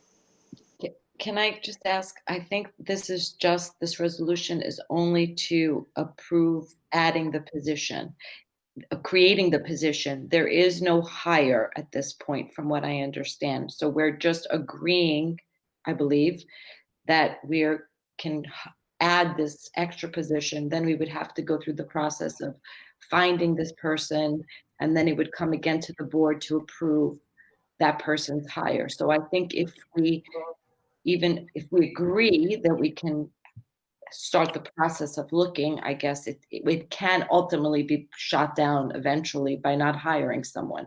But I think tonight we're only really discussing whether or not we're adding a position. But I have a couple more questions. before you ask your couple more questions, since I haven't asked one, I want to ask one question. So we're talking about this position, and I think a question that may be coming through people's mind or some of our minds is, what happens if we go fully remote? And so we're making all these preparations. We just finished discussing our Chromebooks. What happens if we go fully remote? And we've now added another position that theoretically we may not need. Could Dr. Shields explain to the board and to the community the process of that hire? What would happen?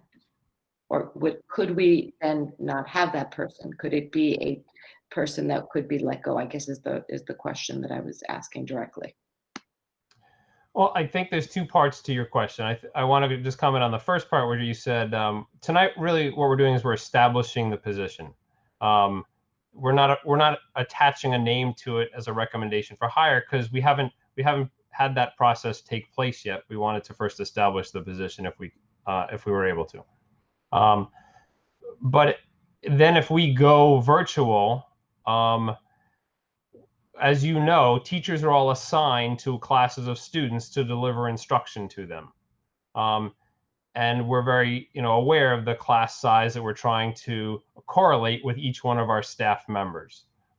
If the board ever decided to reduce staff in the future, that would be a different conversation. So I can't say that there's an absolute yes or no, but I think the board always has flexibility on something like that in the future.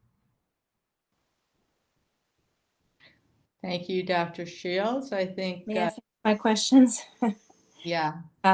So there was an orchestra teacher who retired at Weber, and we decided we were not going to fill that position because I'm not quite sure why. I thought it was for financial reasons.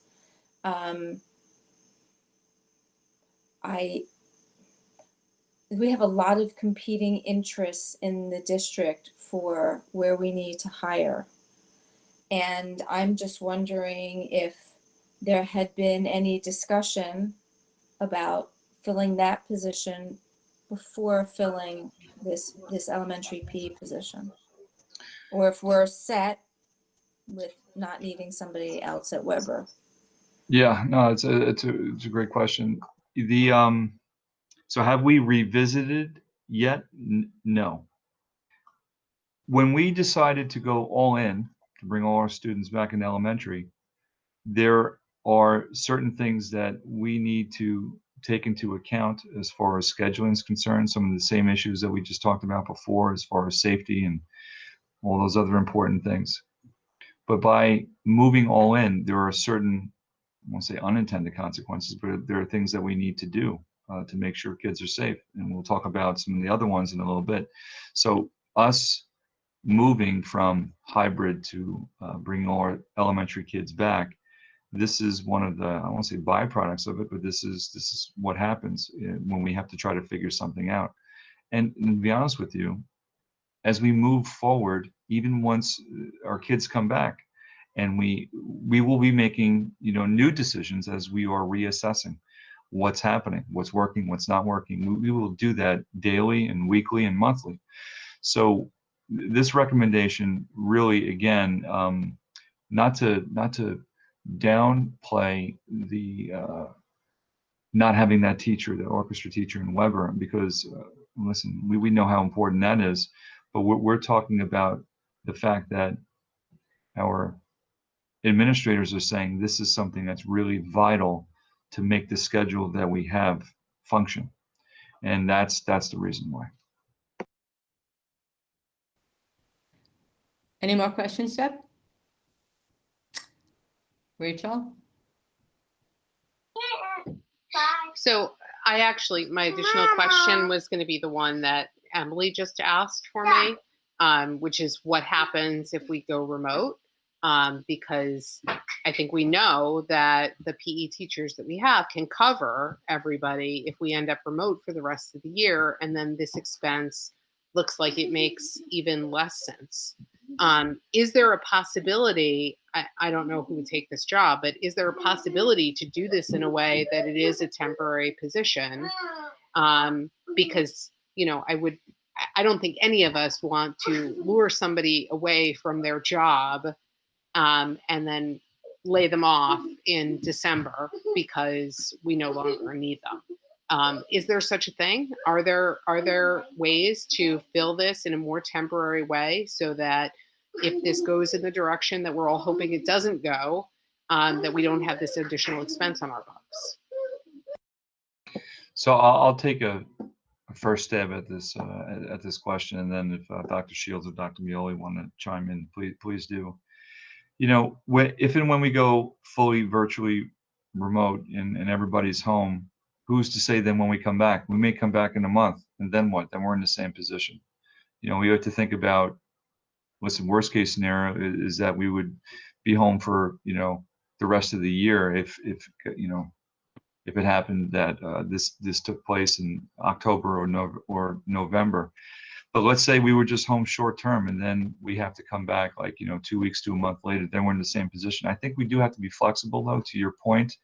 You know, when we talk about accessing anybody, right, and what that looks like, is that a possibility? I guess anything's possible for sure. Is that something we would have to consider? I think we would. But I would say at this moment right now, based on where we are, this is what we feel is important. And if and when that does happen, then we will have to have those really hard discussions as far as what the next steps would be if we are out of physical school long term. Okay, I don't want to, well, I will. I'm going to propose that we either take a vote now. As Dr. Shields clarified, this is to authorize a hire. It's not a particular person that we're approving. So we really could go ahead if people choose to, you know, vote tonight and talk further. You can, you know, I don't want to bring somebody in and tell them they're getting a job and then we vote against it. But in terms of just getting it underway for now, I propose that we do that and we can still further discuss. We have a September 22nd meeting, I believe. There's a personnel meeting coming up. We could further policy and personnel. We could continue that discussion about the position because we would not be discussing an individual. So it's the concept of having that position. So why don't we do that? Because we have a lot to go before we adjourn. I don't know, how long is the presentation tonight? About 4 hours. No, I'm kidding. Totally kidding. Probably, you know, I always say it's X and it ends up being longer. I'd say maybe a half hour. Okay, so is everybody okay with that we vote? We're just authorizing a position. Nobody's being hired yet. With that understanding, I'm comfortable voting now, yes. Rachel? I mean, I'm comfortable voting. If you're asking me which direction I'm comfortable I'm voting, not asking you. Okay, listen. I mean, do we have Vote your conscience. You can vote yes, you can vote no, or you could abstain. When is our next board meeting? I actually don't know. But you know what? I'm sorry to interrupt, but I think Nora brought up a very critical point. There is a policy and personnel meeting scheduled for this coming Wednesday. So this could very easily be a topic at policy and personnel, and because it is personnel.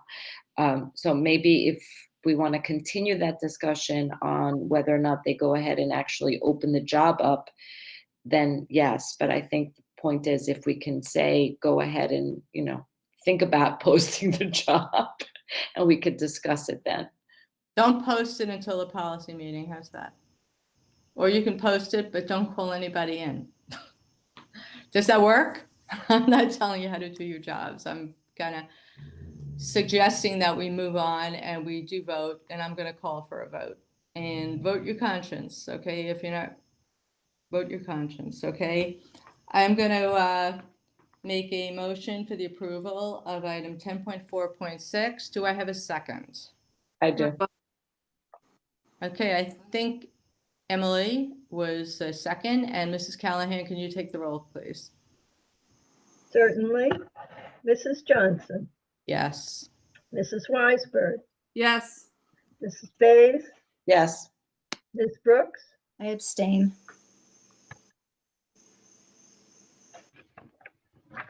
Ms. Epstein, Yes. Ms. Gilliar, I'm a no for now. I need a little bit more information on this, and I'd be more comfortable talking about it before authorizing it. thank you. Mr. Greenstein, Yes. thank you. Okay, thank you, everybody. Okay, we have gotten through the quick part of the business meeting. And now I am going to turn the floor over to our administrators for their presentation on the reopening plan. All right, thank you.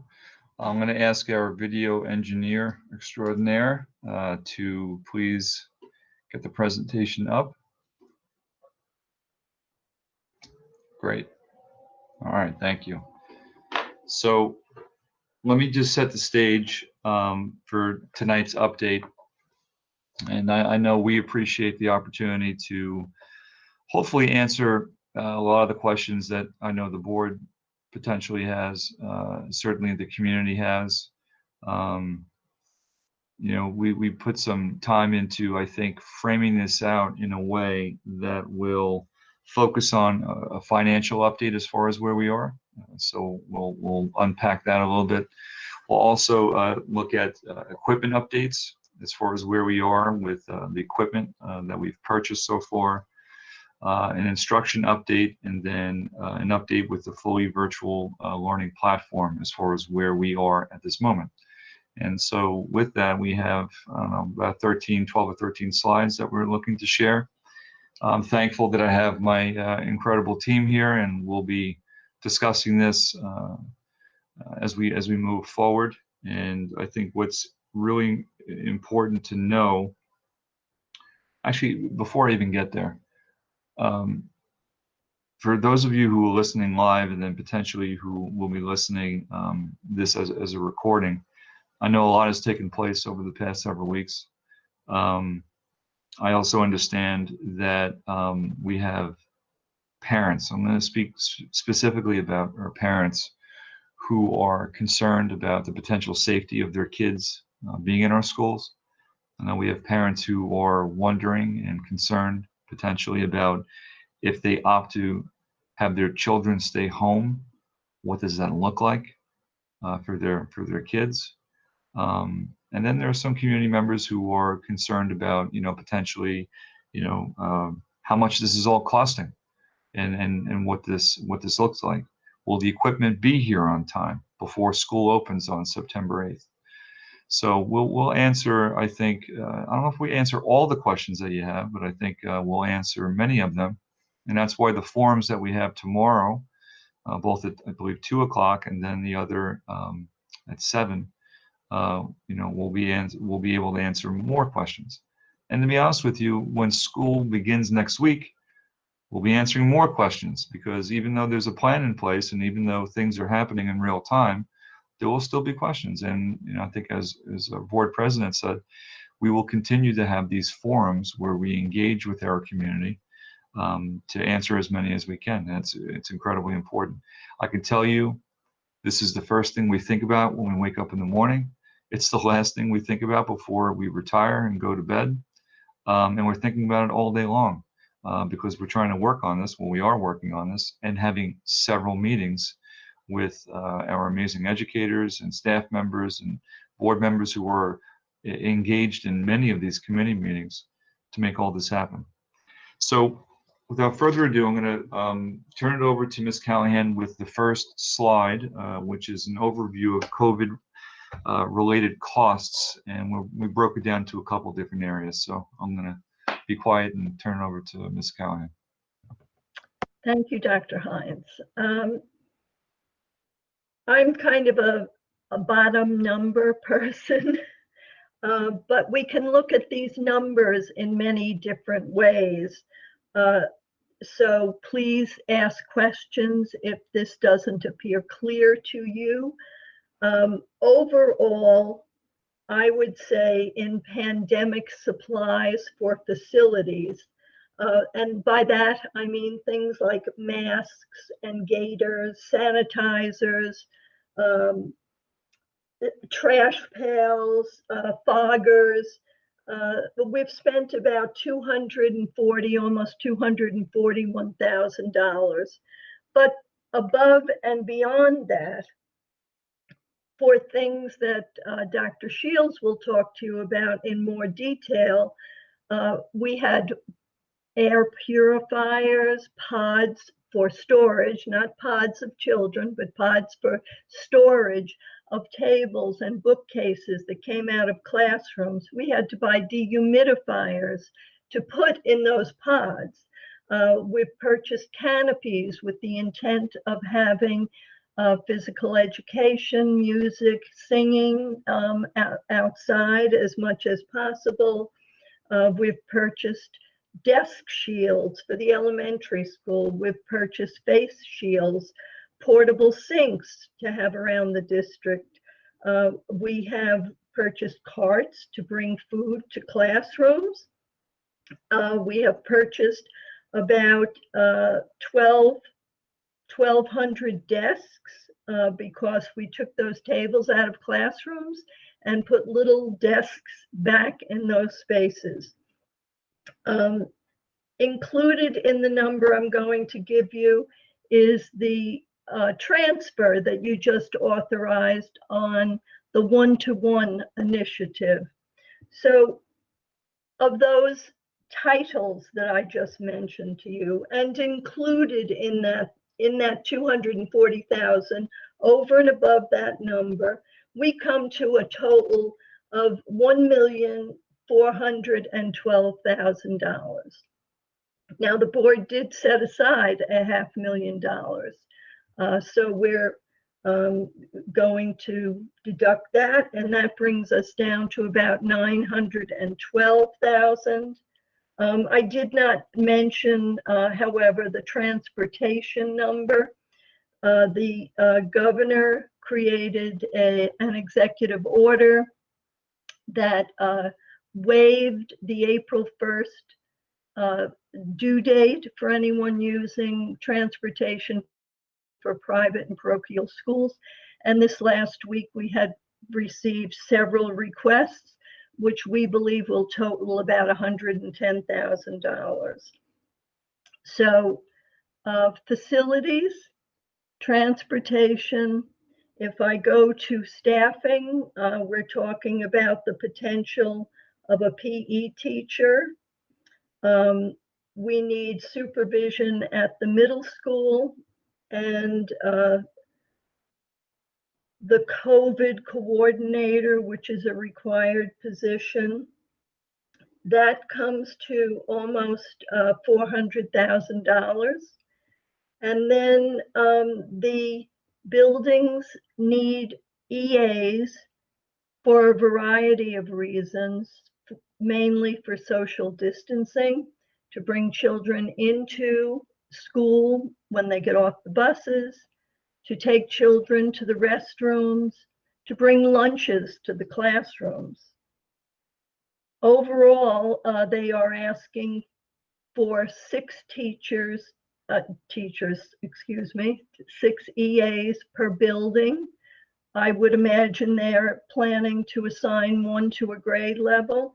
However, 42 EAs who would have to be full-time, it is my understanding, and who would then be entitled to benefits, could cost $2,100,000.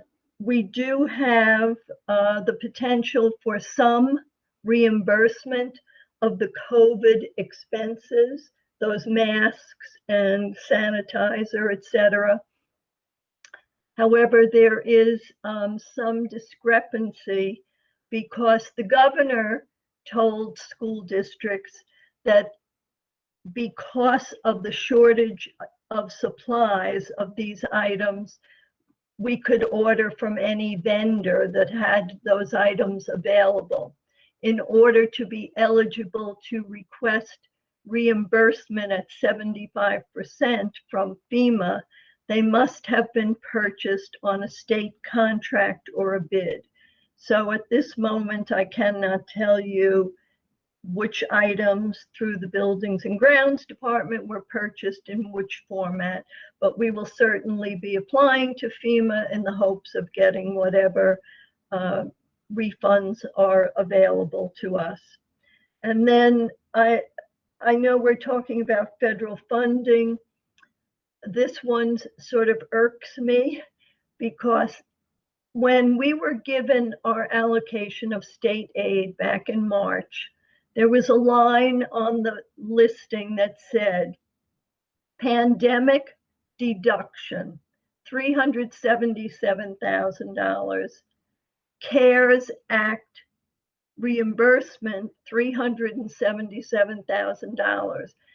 Now the state is requiring that we apply for the state aid that they promised to us. And we also have to share a small portion with the private school within our boundaries, Vincent Smith. But we will again be applying for all $377,000. I think we will probably be sharing somewhere between $5,000 and $7,000 with Vincent Smith. But those are the expenses that I have listed here on my spreadsheet to date. Okay, thank you, Mrs. Callahan. Are there questions from the board about these expenditures? I have one. Go ahead. Mary, you said it was $110,000 for 2 students busing. Did I mishear that? You didn't mishear my original email. It turned out that there was a subsequent family applying for transportation to the same school. It will be 5 children. We do have to do a bid, but generally speaking, it has cost us at least $7,500 a month for transportation. And we're estimating it could be closer to 100 to 110. Are we better off buying a bus and just putting a driver in it and driving these 5 kids to school? Well, technically, we can't buy a bus because we didn't have that money in our equipment line. That cost is somewhere between $55,000 and $60,000.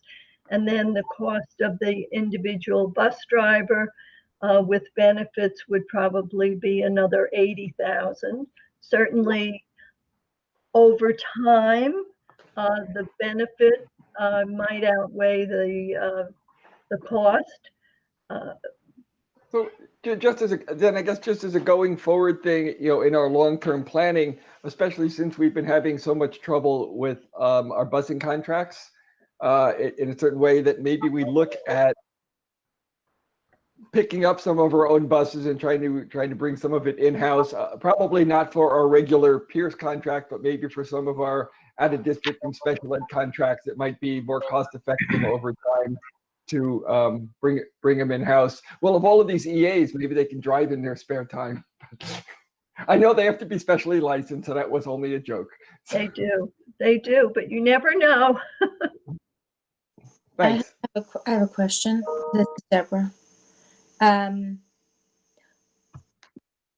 Where are we getting the money for this? $2,100,000 for 42 EAs, et cetera, et cetera.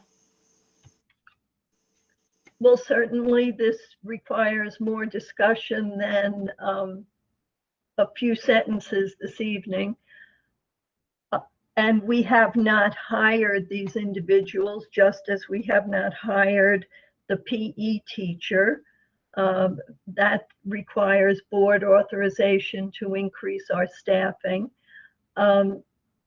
If ultimately we determine that these are absolutely essential individuals, we need to look at our fund balance and the option of increasing our budget by board authorization and moving money from our fund balance over as a revenue for the current budget year, so it is tax levy neutral to the community.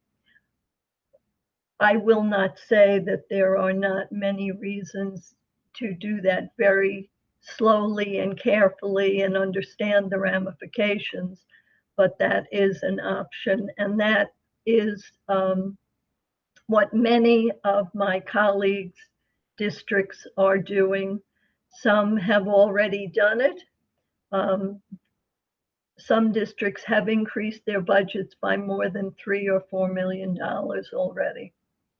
So I know that Manhasset originally budgeted close to $4 million for whatever they did, where we did 500,000. Can you just remind us what we have roughly in our fund balance now? Certainly, we have not had our audit completed, but the unaudited numbers seem to indicate that our unassigned fund balance, because of COVID and school being closed, has increased by $1.5 million. So we went from having $5 million in unassigned fund balance last year to 6.5 now.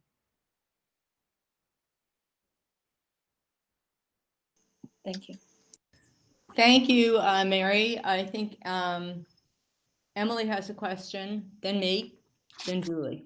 So I thank you. And I was just going to, Deborah may have touched on it, but I just want to make clear for the community from the amounts that you mentioned, Mary, the only money that we have actually spent to date is in the realm of $900,000, correct? Correct. Yeah. Of which $500,000 had already been budgeted. No, Above. well, above, but So- I am including in that 900,000 the transfer this evening Okay. of the 400,000. Okay.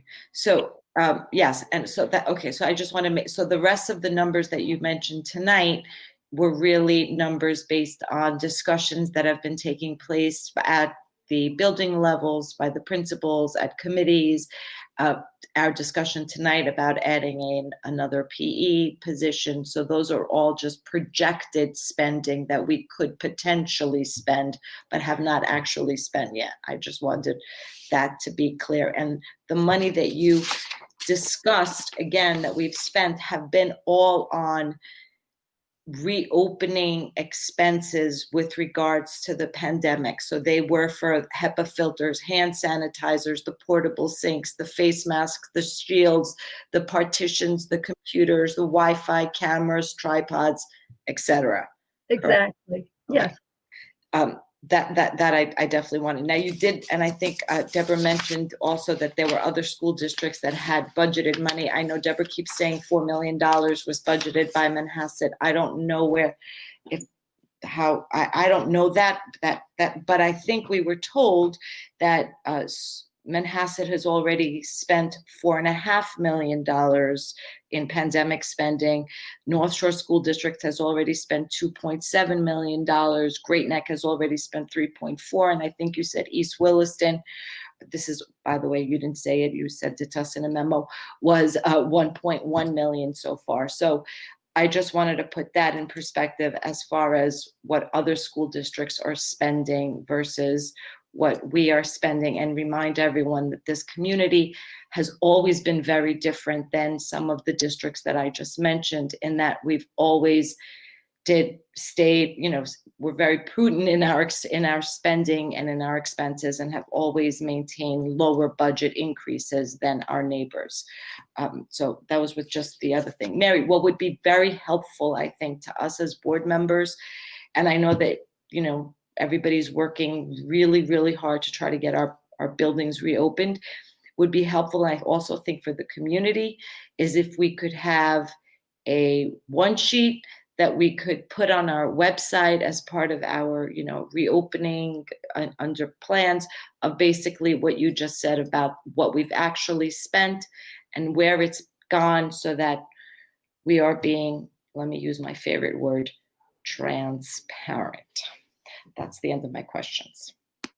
Thanks, Emily. And in fact, that was going to be my request, because I know you have all the numbers. So I was going to ask that we could fill in this chart when you can, and we could post it on the website, and it could actually be part of the discussion at the upcoming budget meeting. So thank you for that. Julie has a question.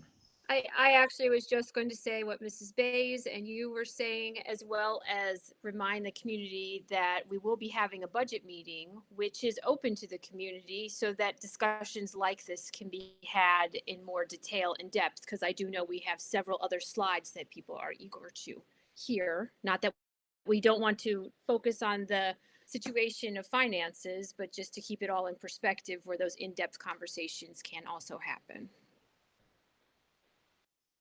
Thank you. And the budget meeting will be live streamed in case anybody is wondering. Okay, thank you. Does anybody else have any questions before Mrs. Callahan are you finished with this portion? I am finished, yes. Okay, well, thank you. I don't see any more questions in the chat. So Okay. I turn it to Dr. Haynes. All right, thank you. I'm going to move to the next slide, and Dr. Shields is going to pick this one up. Yes, I was asked to give you an update on some of the equipment that is coming into the district, and will be specific by each of the items that are listed on the slide for you tonight. So Mr. Restano, our Director of Buildings and Grounds, he's been providing us ongoing updates, and specifically on the installation of the HEPA filters. Many have been delivered to the district, with more to come by the end of the week. They will be then installed in the classrooms that would benefit most from having the additional ventilation first, and then other classrooms would follow afterwards. In the area of hand sanitizers, we wanted to make sure you knew that hand sanitizer bottles are being provided to each teacher for use in the classroom by the staff and the students. In addition, we have hand sanitizing stations around the school in very highly visible locations. Students are also allowed to bring their own hand sanitizer to school if they wish. In the area of portable sinks, the district's ordered 25 portable sinks. They're expecting to arrive this week, and then there'll be placed 3 in each of our elementary schools and 5 at Weber and Schreiber each.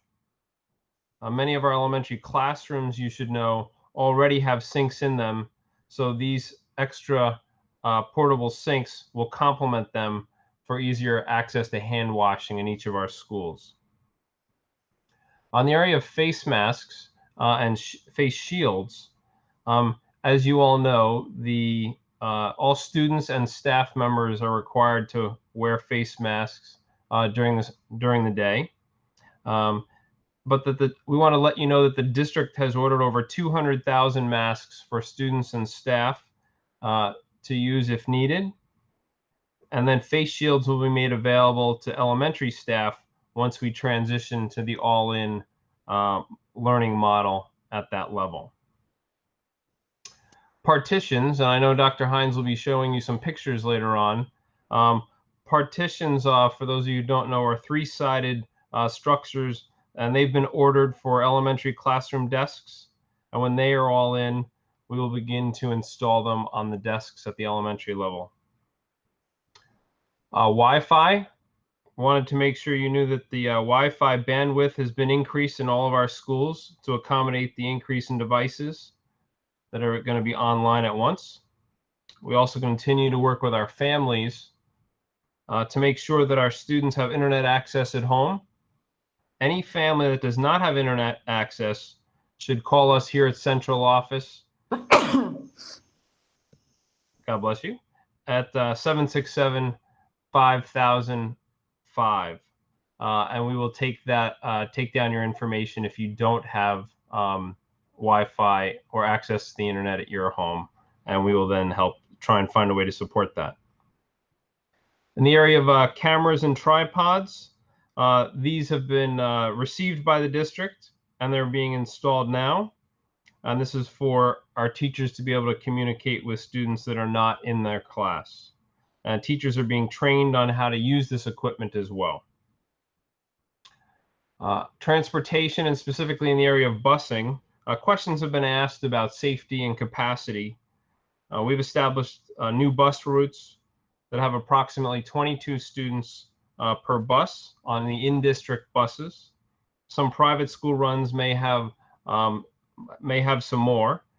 As a reminder, if you haven't been tuned in before, the windows are expected to be kept open to help increase the ventilation in the buses when temperatures allow for it. Siblings will be sitting together, and students will be loaded using the available seats in the rear of the bus first, so we can optimize social distancing. Bus drivers will also instruct students on how to do this in the beginning of the school year next week. Dr. Hines, I'll turn it back to you. Thank you, Dr. Shields. I know we have computers on there as well, but I think we had that conversation already, so we don't need to elaborate more. But now I think the format, we're probably better off going through a slide and then answering questions that the board may have in regard to what you see before you.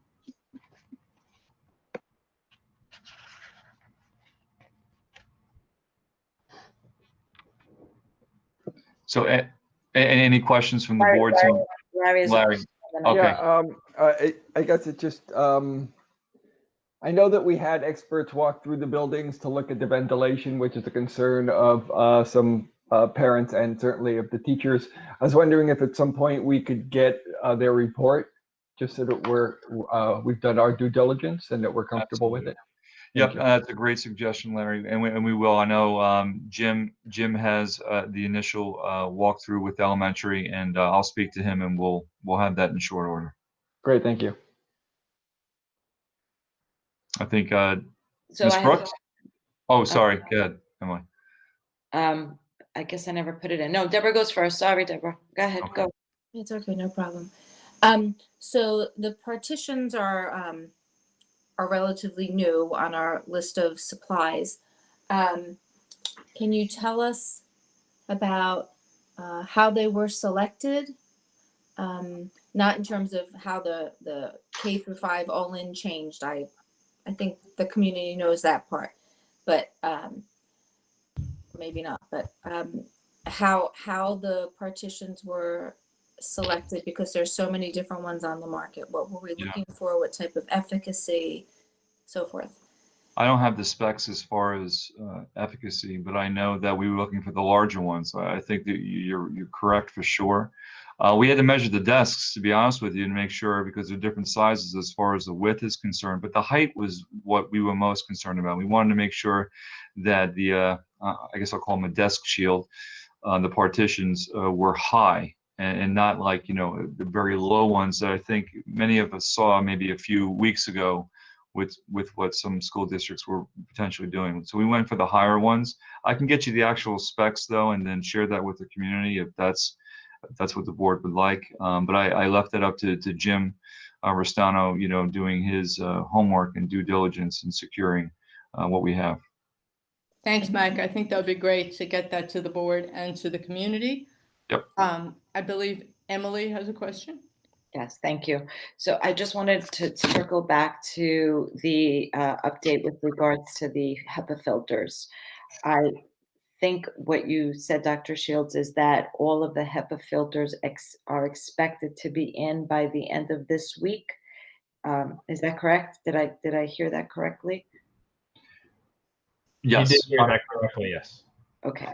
So it is in fact true that all HEPA filters have not been all installed yet, but we anticipate that by the end of this week, all filters will be in, and that we will be installing them first in the classrooms that need them most, and then have them, kind of move down the line as far as that is concerned. So we do anticipate that within the couple of weeks, or the first couple of weeks of school, all HEPA filters, can I make that statement? Would that be accurate? That within the first couple of weeks, we would have all of the HEPA filters installed? I can answer that. I could tell you, Jim has his crew, Mr. Restano, sorry, has his crew ready to work over the weekend. So once we have 45 right now, currently on site. We're waiting for the arrival of others. We have confirmation that they're coming on Friday. We're we're hoping before Friday, but no later than Friday, which means in turn over the weekend, we would have crews pretty much working day and night installing them. And that is the plan moving forward. And some of them, in fact, don't really need to be installed because Oh, they're portable, right? So you just Correct. basically have to bring them in. Correct. But I just wanted to make that statement. The other question that I had was with regards to the engineer report. So we have walked through the elementary buildings with the engineers, is what I heard Dr. Shields say. And we have preliminary reports with regards to those buildings, correct? Correct. Okay, so that means we are walking through Weber and Schreiber still, or have not gone through Weber and Schreiber? Do we expect to be going through Weber and Schreiber, and by when? So I can answer that too. I spoke to Mr. Rustano about that. I think it was yesterday. All the days are blending together. But yes, that is happening in very short order as far as Weber and Schreiber is concerned. And once we have the write-up for that, we'll certainly share that with the board as well. But we expect that that'll be happening before. Okay. Yep. I wanted those are my two questions for now. Thank you. Okay, thank you, Emily. I mean, my understanding about the HEPA filters is that they probably are more accurately called HEPA portable units, because the filters themselves couldn't be retrofitted for our HVAC system. So we actually are purchasing freestanding units and I believe renting some as well for larger spaces. Is that correct? That is correct. Okay, Yes. so the installation, installation is still the correct word, but I think that just so the community knows, they will be, distributed to each of the classrooms and other spaces that need them. And basically, I believe these are, plug-in devices. So it will be completely set up by the time school starts. So yeah, and I mean, I could talk about this a little bit later, but I think it's important to talk about it now. We are going, I believe, and rightfully so, above and beyond what a lot of schools are doing. I don't know many school districts that are actually installing the freestanding units as we are in all instructional spaces, and I'm actually very proud of that, because we're taking this very seriously.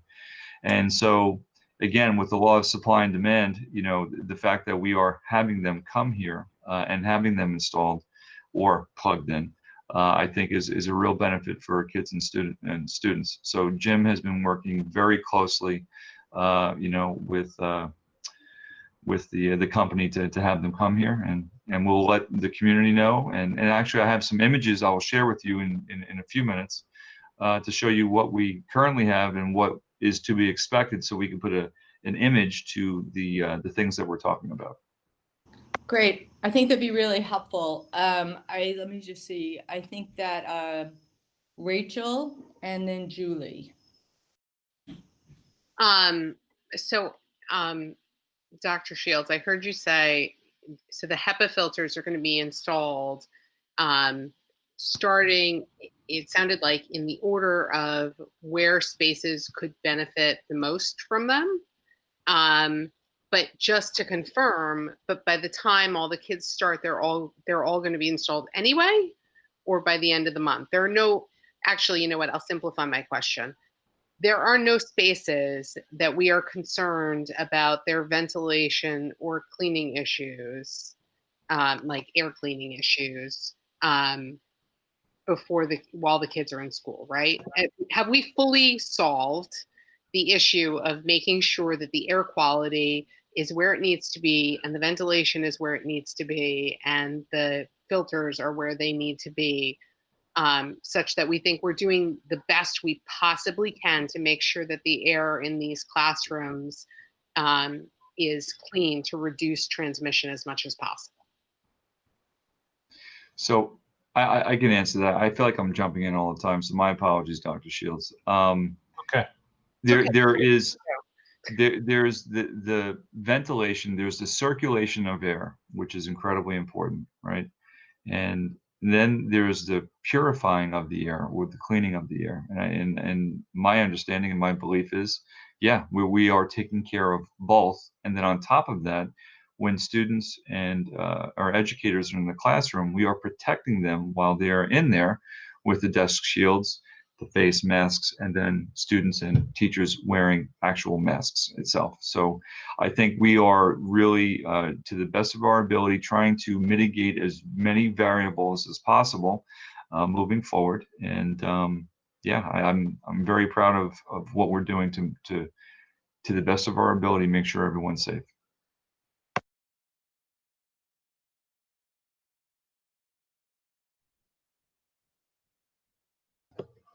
Uh-oh. Am I frozen again?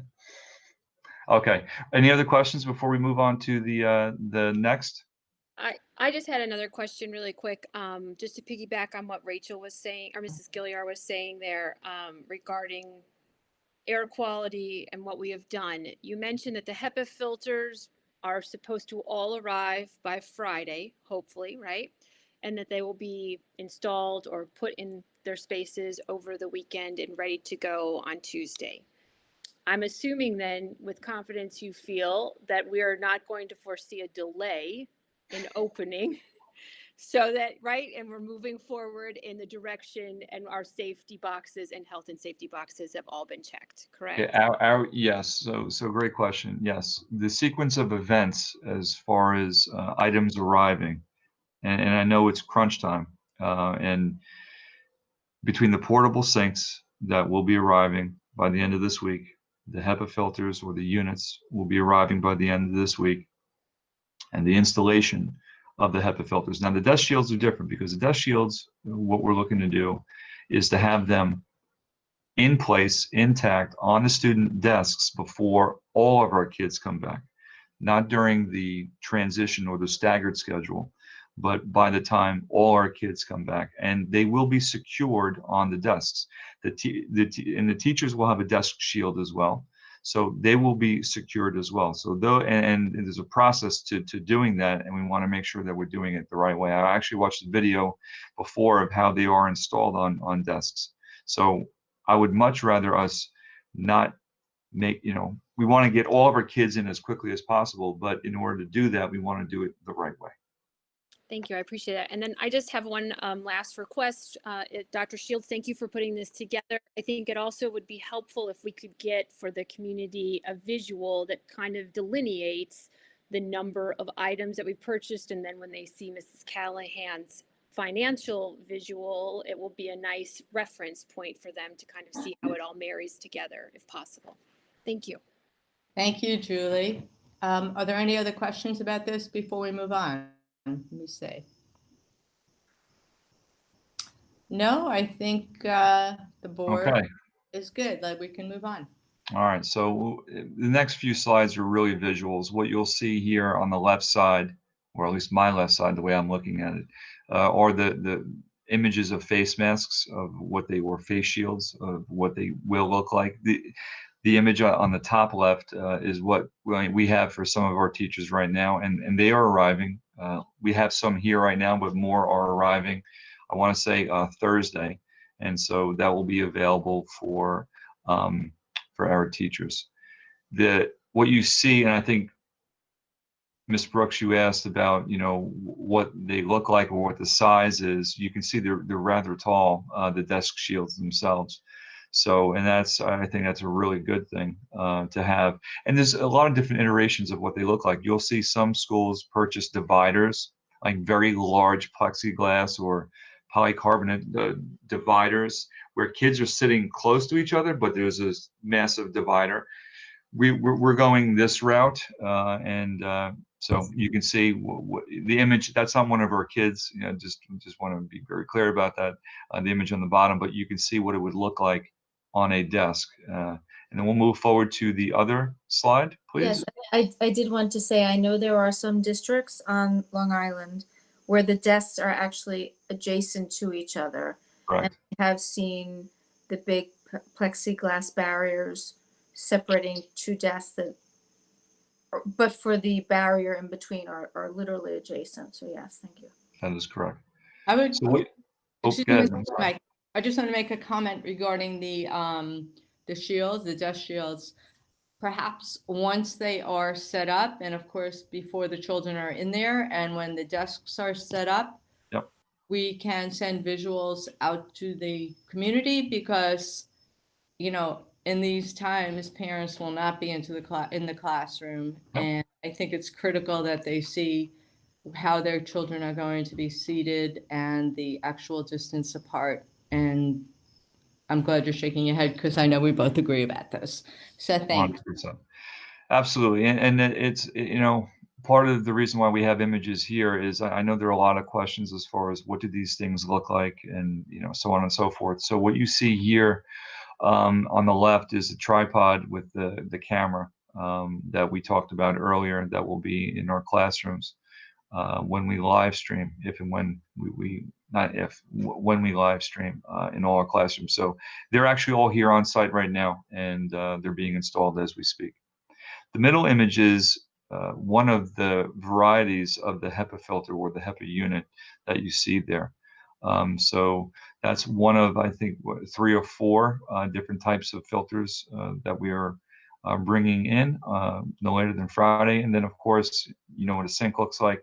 That's the portable sink. We have 25 due to arrive this week as well, and they're going to all of our schools. If we go to the next slide.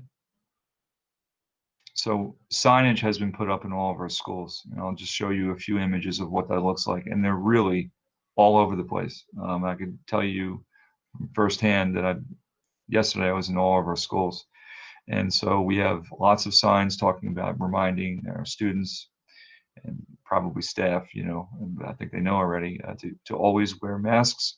You can see on the floors, you know, keeping 6 feet apart, so we have those embedded throughout our elementary hallways so they can have a visual as far as what that looks like. If we go to another slide, please. You'll see more signage regarding what it means to maintain that distance of socially distancing. And then I just caught this image when I was in the annex earlier yesterday morning as far as cleaning supplies. So we have stocked up on cleaning supplies, and they are being disseminated to all of our schools as well. So I just wanted to share that. Moving on to our next slide. And again, just more signage in all of our schools, you know, which way to go. We want to, you know, traffic in the hallways is incredibly important that we monitor that. That's, you know, we've all seen, I've said this before, we've all seen those images in secondary hallways in some other states as far as, you know, students not socially distancing. And so we want to make sure we have plenty of reminders throughout our schools as we move forward. Next slide, please. And now we're going to move into the last part of our updates with the board. So what I want to do first and foremost, because as a excuse me, as a parent, as well as a superintendent or educator, I have my parent hat on when I sent this letter out to the community.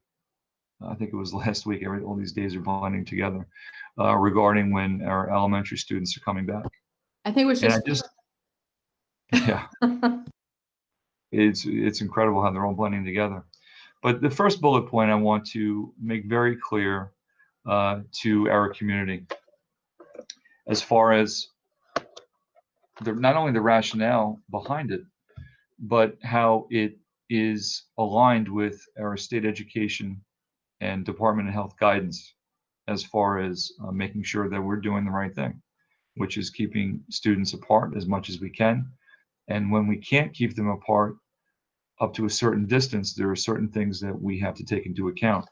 So, the letter I sent home on August 28th referenced in the footnote at the end of the letter where that SED guidance was found. But I just want to read this to you, and it's important that I do read it so we all understand how what we're doing and why we're doing it is the right thing to do when we're bringing our kids back. So it says, according to the guidance on page 28, Schools choosing to require face masks and coverings must allow them to be removed for meals and should allow students to take mask breaks as long as they maintain social distancing. Schools choosing to utilize social distancing or barriers are strongly recommended to also encourage the use of face coverings. And so it allows us, when we have the shields up at our desks, to not have it up to 6 feet. And I will tell you right now, we will do everything we can to keep it as close to 6 feet as possible. I would say at this point, what we're looking at is, keeping some of the desks between 4 and 6 feet apart.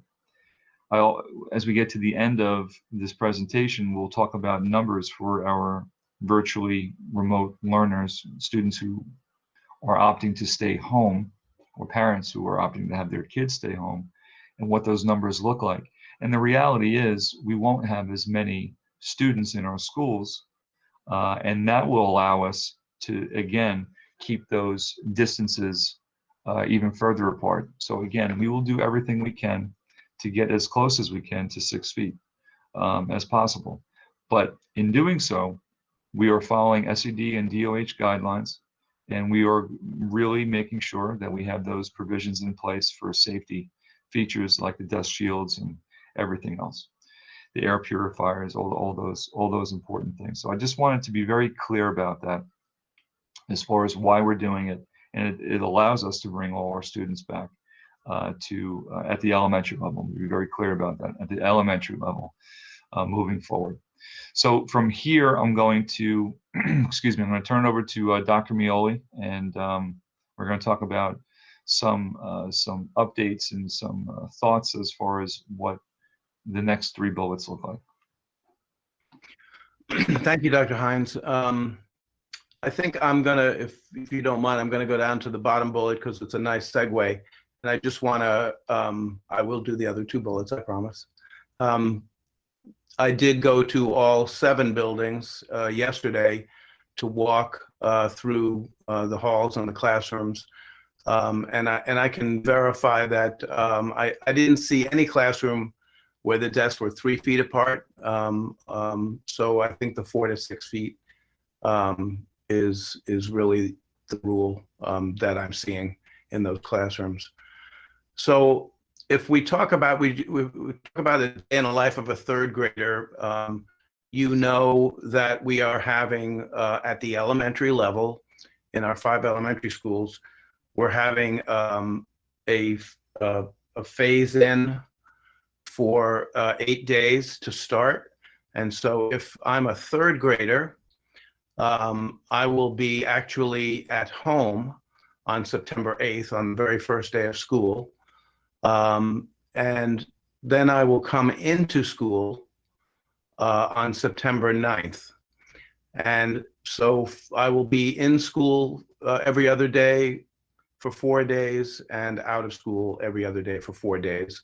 And then depending on how long it takes for those desk shields to come in, we will start having all of the students come into all of the elementary schools.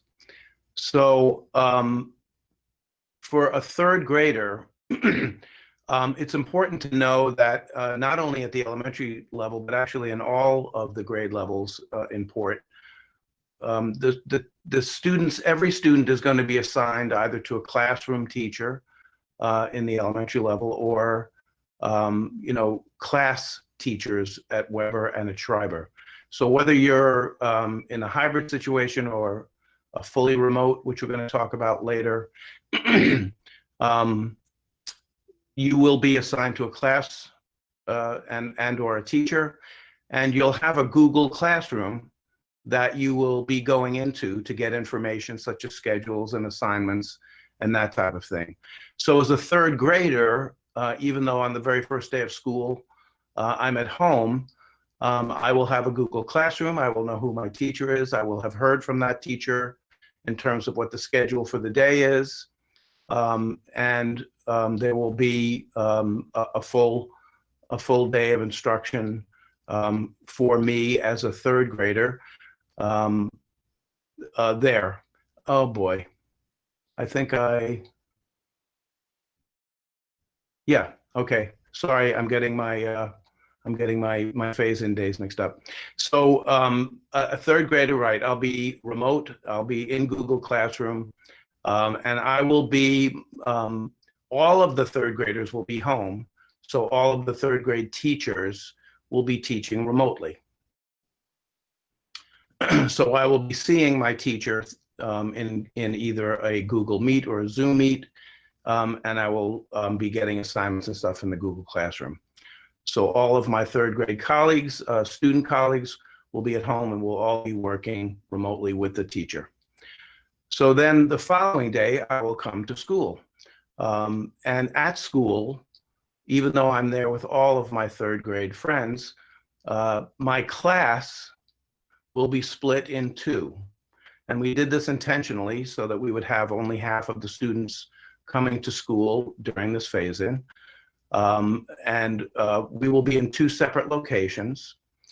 And the teacher, my classroom teacher, will be going back and forth between those two classrooms. And a second teacher, who we're calling a co-teacher for now, or a co-pilot, will be alternately going back and forth so that there's always a certified teacher in front of the students. So what that will look like, as you can imagine, there'll be a lot of things going on in those first few days. This will be the first time that students will be in school in masks. They'll be learning about, using the hand sanitizers, washing hands. We'll be talking about mask breaks. There's just a lot of protocols to go over. And so it'll be nice because there'll be small groups of children in each of the classrooms. And there will also be instruction going on. The day will be set up so there are opportunities for 3 to 4 lessons in each of those two classrooms by the classroom teacher. And there will also, the co-teacher will either be following up with those lessons or overseeing asynchronous assignments. I'm not going to go into too much more detail with that, but that's what those 8 days will look like to me as a third grader. I know we spent a lot of time talking about this on the August 20th meeting, but we'll also be doing a lot of social and emotional checking in with the students. This will be the first time they've been in school for almost 6 months, and the teachers as well, although they're in now. And so there'll be a lot of that going on as well. So if I go back up to the other 2 bullets, live streaming added at all levels. If you recall, at that August 20th board meeting, I did run through what fully remote learning would look like at that time. And we had live streaming at all levels at that time.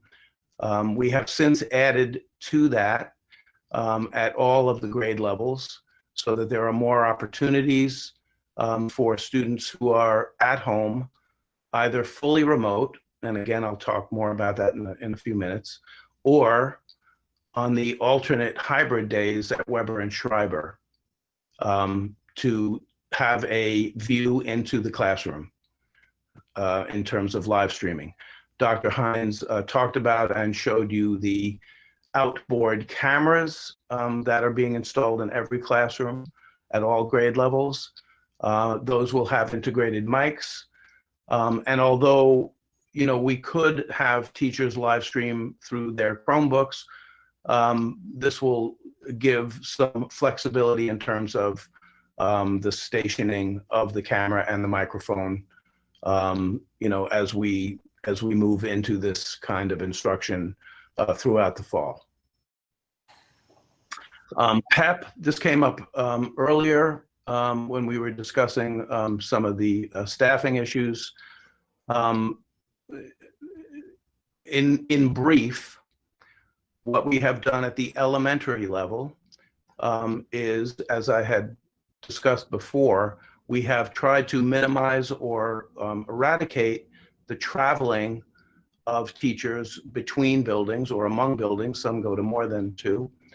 And in the case of PEP, the teacher who would normally have been at Weber has been reassigned to one of the elementary schools so that we have one teacher in each of the 5 elementary schools. And so that PEP teacher will be part of the rotation in terms of specials. And that teacher will be giving enrichment, PEP enrichment, to all of the grade levels. So there is the concomitant loss at Weber, and I know we've gotten a lot of emails about that, and I understand that. But that is the reason, why that has been done. It's a reassignment so that we have one PEP teacher in each of the buildings. And I think I've covered all the bullets. All right, so I'm going to move to the next slide. Oh, no, I apologize. No, any questions? I'm sorry. From the board. Board members, I can't really see you because of the I have a slide. question, Okay. and it's really just in line with some of the things that we've been asking earlier. If it's possible, and I think we kind of need this broken out anyway because we need to update our website. So you talked a little bit about the day in the life of a 3rd grader in September, day in the life of a 3rd grader in October, early October, and how the days will look different. It would be helpful to have a visual on this. So one sheet on what the day will look like for a typical, and again, it wouldn't be a 3rd grader, it would be a K through 5 student, or pre-K, we keep forgetting this, pre-K through 5 student when we go back to school, first week of school, and what it will look like for that same population when we are in mid-October, hypothetically, under this plan as we believe it is today, right? We've all been saying things may change, we don't know, but if our plans go as we think, what will that look like? I think it helps to have something, broken out the way we've done. And I know perhaps a principal can do that because they've done that in the past, just so that we can have that information available for our community to see. Thank you. Thank you, Emily. I believe Rachel has a question. Combo, comment and question. So I think, Dr. Mealy, I just want to, since we've been through many iterations of plans, I just want to make sure that I'm up to date in understanding the PEP piece of this one. I think that where it stands right now is that the PEP teachers at the elementary schools will be doing an additional special that's been added into the rotation so that all of the students will be getting more whole grade, whole class enrichment than in a normal year. Is that accurate? Yes, it is. Okay. At the same time, though, what is the status of the core group PEP at the elementary schools? Has it been completely eliminated? It hasn't been completely eliminated. The honest answer to that is we're not sure how that's going to work. We are going to make every effort to have those programs at the elementary schools. The schedules are only about 5 days old in terms of what we've been kind of putting together. We're very aware of the need to provide that. We think we can do it, but we're not even at the place where we have time to kind of figure it out right now. So it's I think it's one of the top 3 or 4 things on our list of things to look at moving forward as once we get the kids in the building and we get through arrivals and dismissals and all of those types of things. So I'm heartened to hear that sounds like a hearty maybe. It may actually be able to go forward. Yes. In the meantime, I'm aware of the fact that because a pandemic happened, things didn't happen as normal. And I know that there are parents whose child was identified to be IQ tested for that core group and it didn't happen. Will those be proceeding in preparation if we think we may be actually be able to get this up and running? Again, we haven't really honestly sat down and gone through all of those parameters. It's on my list of things to do. I need to sit down with the principals and the teachers and talk about what that will look like.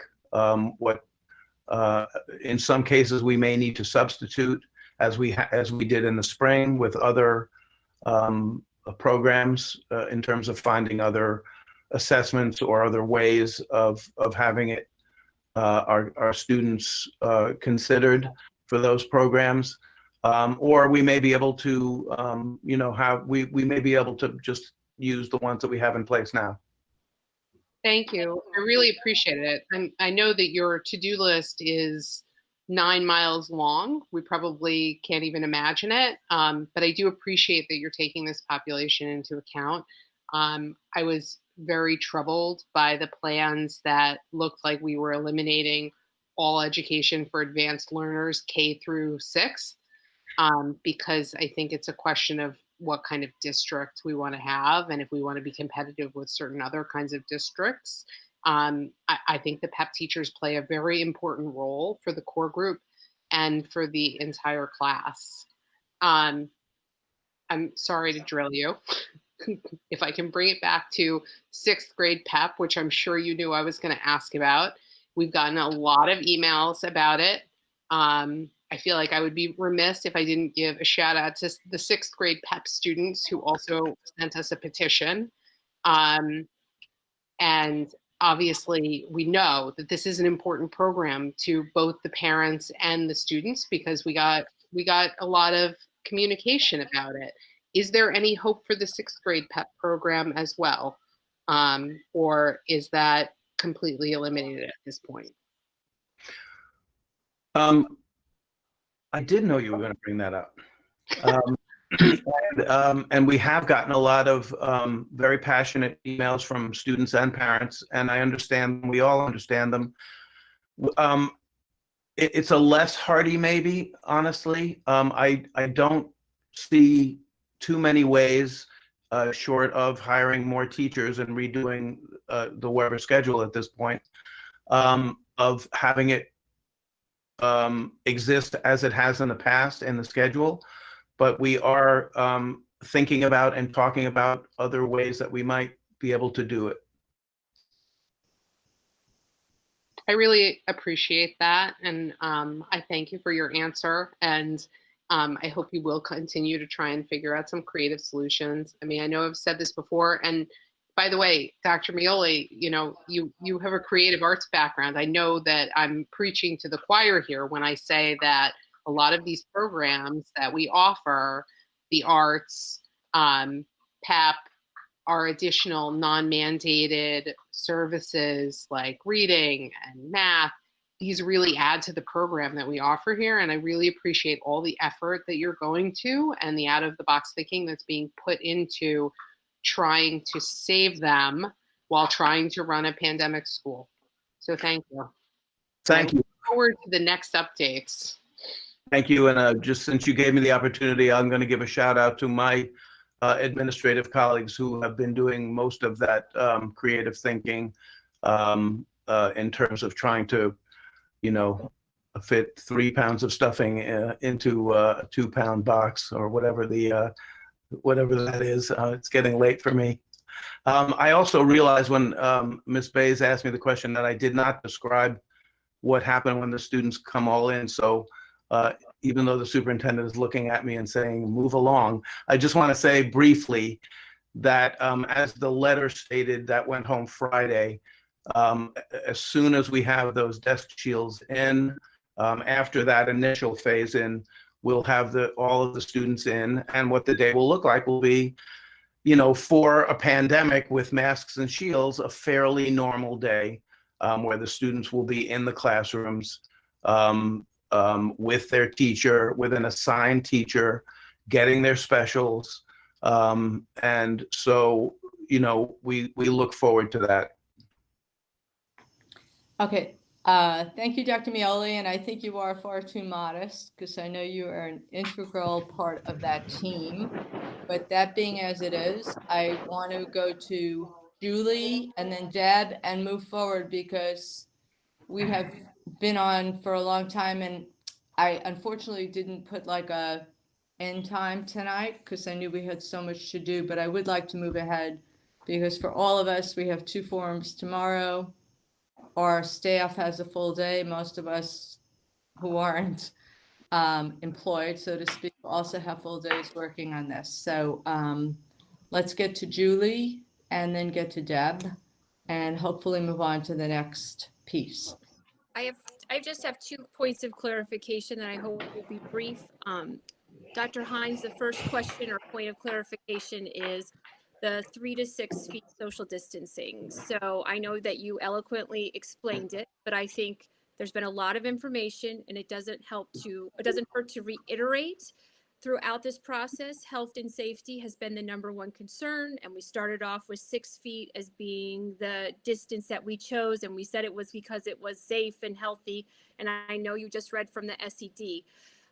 But I just want to go forward and have you confirm that this health and safety is still at the forefront of your concerns, even with this new change in social distancing. Yeah, thank you for asking that question, Julie. It is. And listen, I really believe, and I walked around, like I said, I walked around the buildings yesterday, and it was really great to see so many of our staff and teachers because they genuinely want to be in school. But what I heard from our teachers and other colleagues is they want to feel safe. And many of them, I have to say, commented on the fact that we will have HEPA filters, which made them feel better. And having the dust shields, to be honest with you, from what I heard, made them feel better as well. So it is in the forefront of our mind in everything that we're doing. There is the balance of keeping everyone safe and healthy and making sure instruction and learning and assessments, all those things are taking place at the same time. So every decision that we make revolves around those 2 things. Thank you for that. And then my second question, I hope will be brief, but we've spent a lot of time discussing the elementary students, and bullet #2 deals with live streaming added at all levels.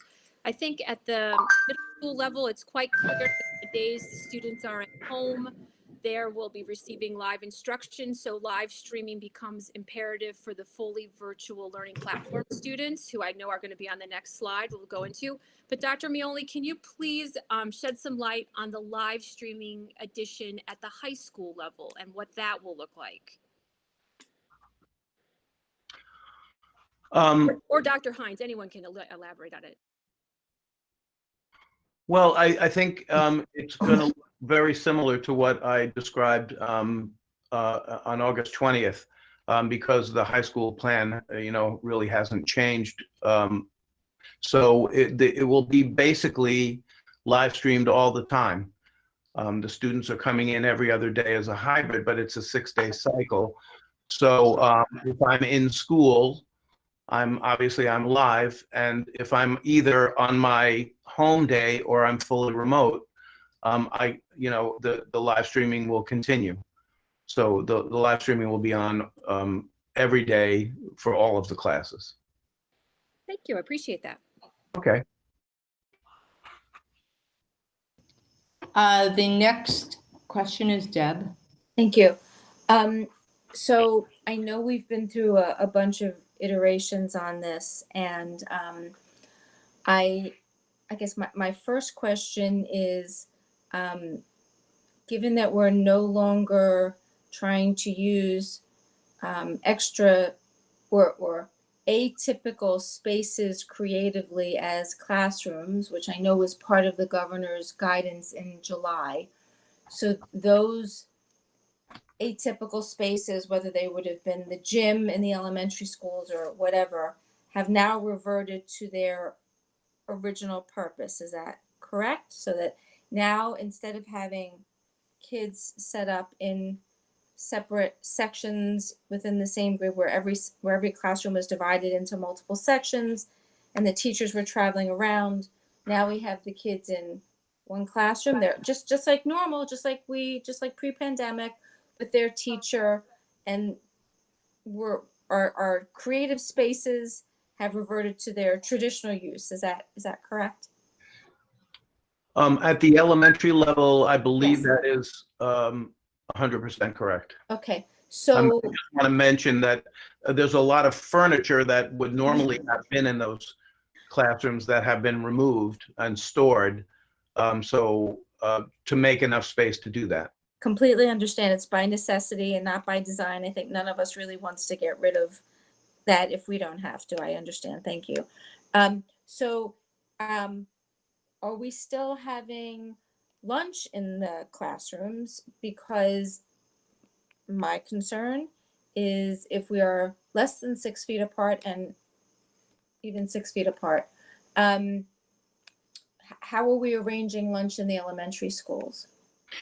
So let me start with the easiest answer, and that is that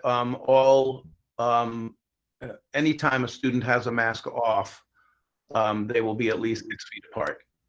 So I can't say that no students would be eating in the classroom. And again, some of this is still evolving. The teachers came in yesterday. A lot of these things are being problem solved, based on building and even classroom. But some of the things that I have seen in the schedules are having half of the kids in the classroom go to the cafeteria and be socially distanced so they can eat, and half of the kids staying in the classroom and being 6 feet or more apart so they can eat there. Another solution is going to one of those other spaces. It could be the gym, it could be, I mentioned the cafeteria already, multi-purpose room, and setting up to eat there. There are lots of considerations, like all of these things, allergies and cleanliness and all the rest. But those are the conversations that are going on right now.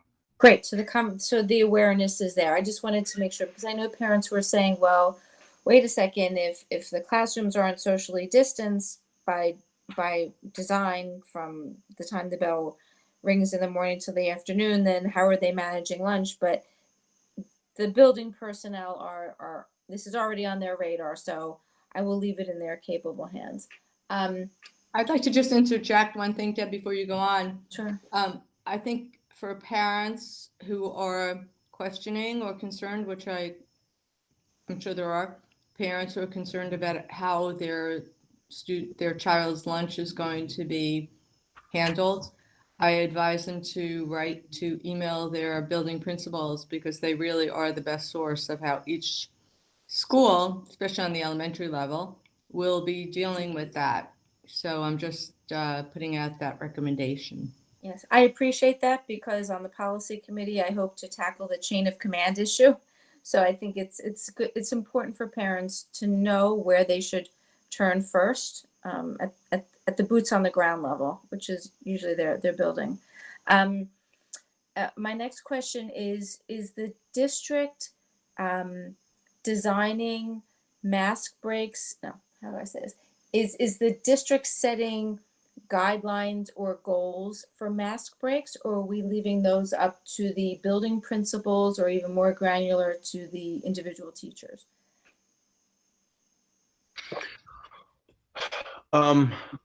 Again, quite honestly, I'm not sure. I know that all of these discussions started yesterday in earnest. The principals, before I gave a shout out to the administrators, but there have been a lot of teachers who have been in a lot of meetings with us all summer too. I don't think it's an exaggeration to say there have been probably 200 meetings this summer of various committees. Until you have the schedule in front of you and, you're looking at the specifics by class, by building, it's hard to have these discussions and make decisions. So I know, again, the easy answer is that we don't want to have students taking mask breaks unless they're at least 6 feet apart. We are, as you have already heard, we're doing things to try to make the outdoors more available than it would normally be in terms of canopies and outdoor classrooms and that type of thing. That's exactly one of the large group of one of the large categories of things that teachers and principals are working out right now. It's also, I might just loop back to the money issue. I've mentioned at least 5 things in the last 2 minutes that will involve the EAs that we talked about. You know, there's a great need for supervision. If you think about, you know, kindergartners, first graders coming to school and trying to socially distance, trying to go to different places for lunch, trying to go, you know, to bathrooms down the hall and keep 1 or 2 at a time in there. A lot of supervision is needed, and that's where those numbers come from. Excuse me, can I make a request? If we are, I mean, this conversation can go on, but I'm just going to request that the slide, because we're finished with it, maybe that could be removed so that people can see our tired faces. No, so people can see us. Is that okay? I don't know if No, there's more going on, Laura. Yeah, we there's have more. 2 more slides, I think. Yeah. Okay, I just meant if we were continuing this conversation. Oh, okay. Okay. It was a request from a community member. Oh, I did agree with it, or I wouldn't have said it. But anyway, please proceed. I didn't mean to interrupt. What are we answering? Is there another question? I think Rachel has a question. Okay. Rachel. So I'm sorry for sort of I guess beating the not quite dead horse, but the mask breaks and the lunch all along the way have sort of troubled me a lot, and this seems to be an area where I think I have no degree in science, but the Department of Health and the CDC guidance may be failing us a little bit, because this is an emerging area of science where they're starting to try and understand how this spreads. And I'm well aware, and I've said before, and I think everybody is well aware, we're chiseling away at the risk here. And I think for a lot of parents, the mask breaks and the lunch seem to be a moment where we're elevating our risk because we know the masks work. And that's the belief in masks is what allows you to send your kids to school. But for a lot of parents, they're worried about those moments where the kids take the masks off. And I hear you that this is still being worked out. But from a district level, have we thought about setting a policy or giving buildings some guidance that lunch and mask breaks really should be outside unless it is impossible to do so? Do we know if it is possible to do lunch outside at the elementary schools and at Weber and at the high school? Is that something that will be explored and something that will be available?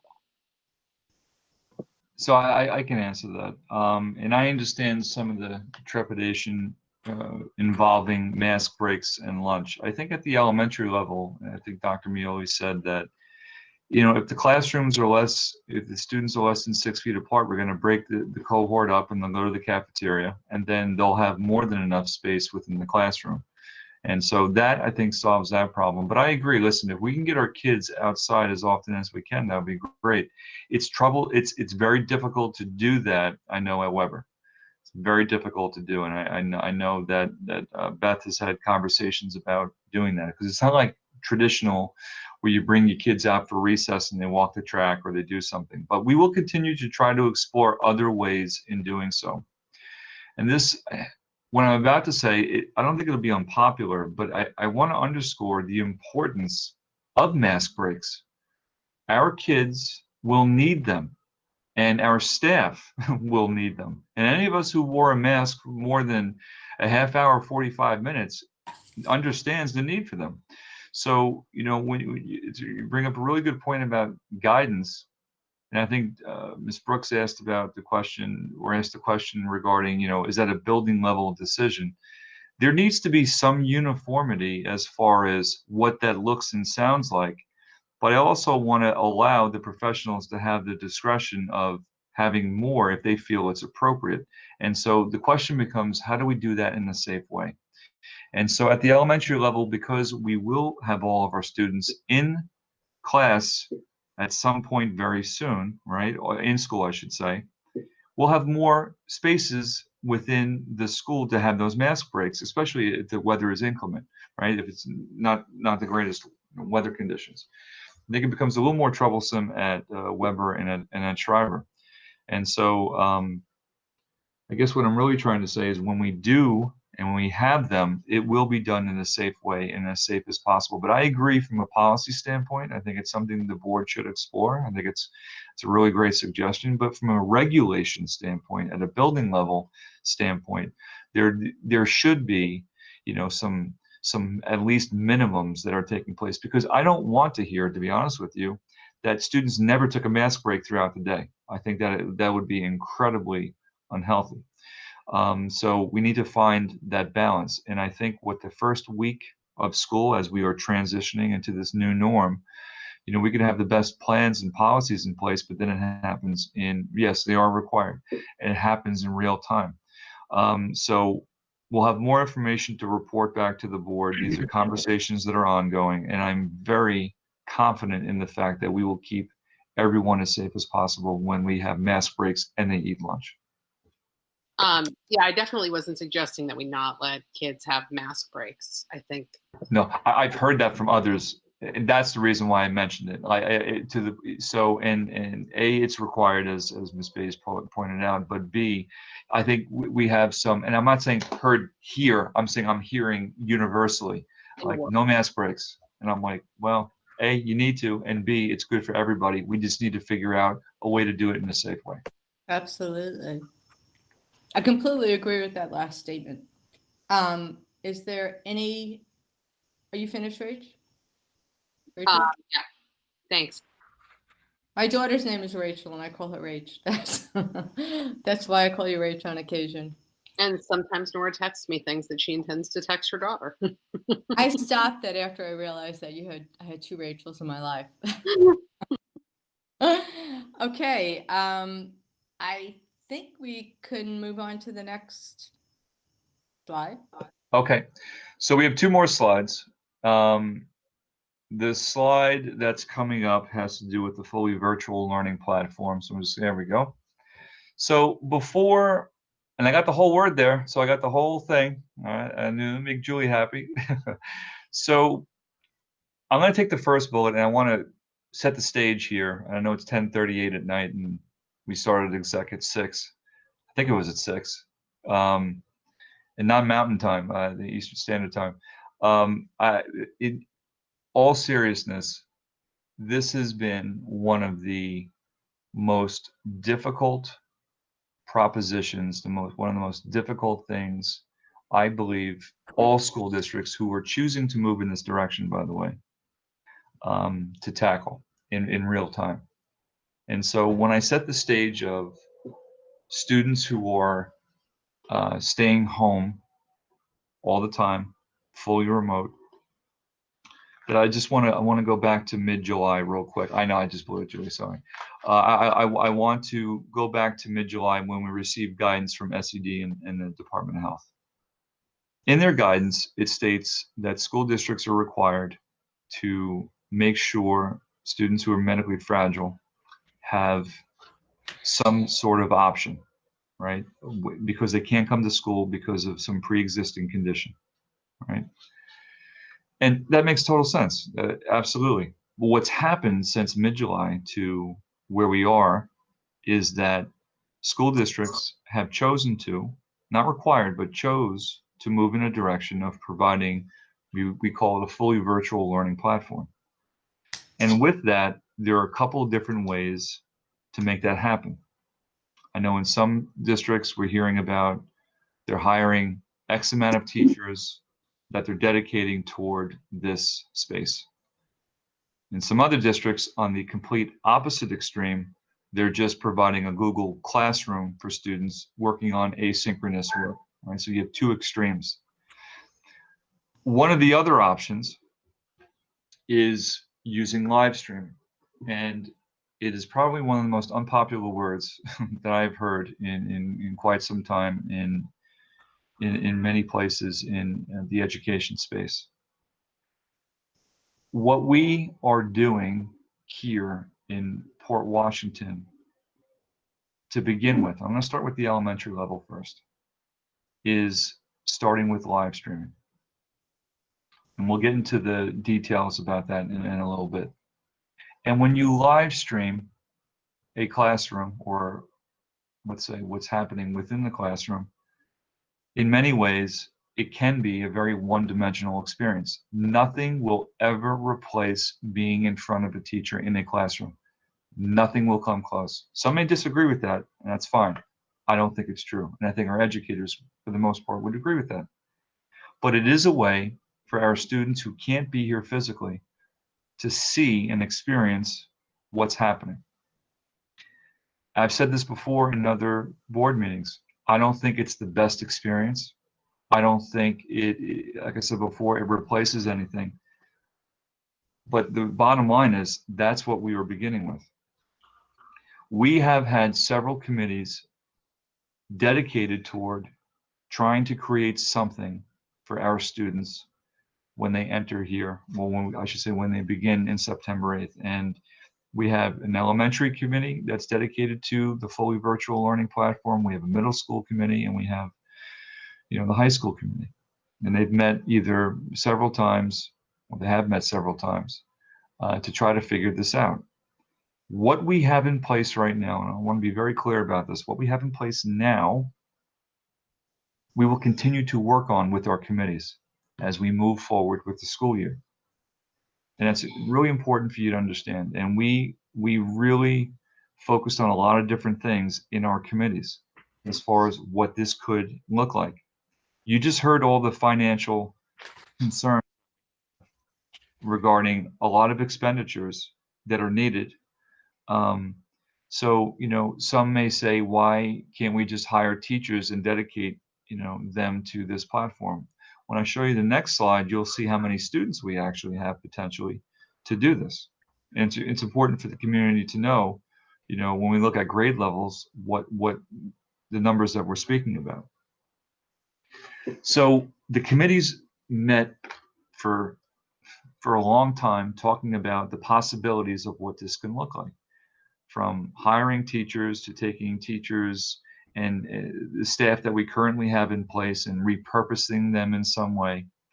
And I will say at some point, maybe that'll happen as far as the repurposing of our staff. But at this point where we are right now, we need to start at ground zero, which is having something for our students and for our families.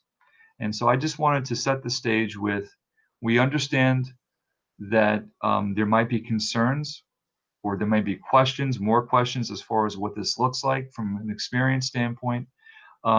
We're providing an option right now, and we will continue to try to make that option better as the weeks move on. So I just want to be clear about that.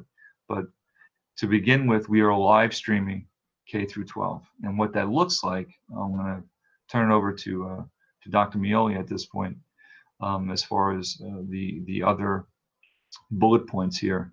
But that's where we are. A lot of people spent a lot of time and dedicated a lot of, to be honest with you, some really great ideas trying to make this better. And so I'm going to turn it over to Dr. Mioli at this point.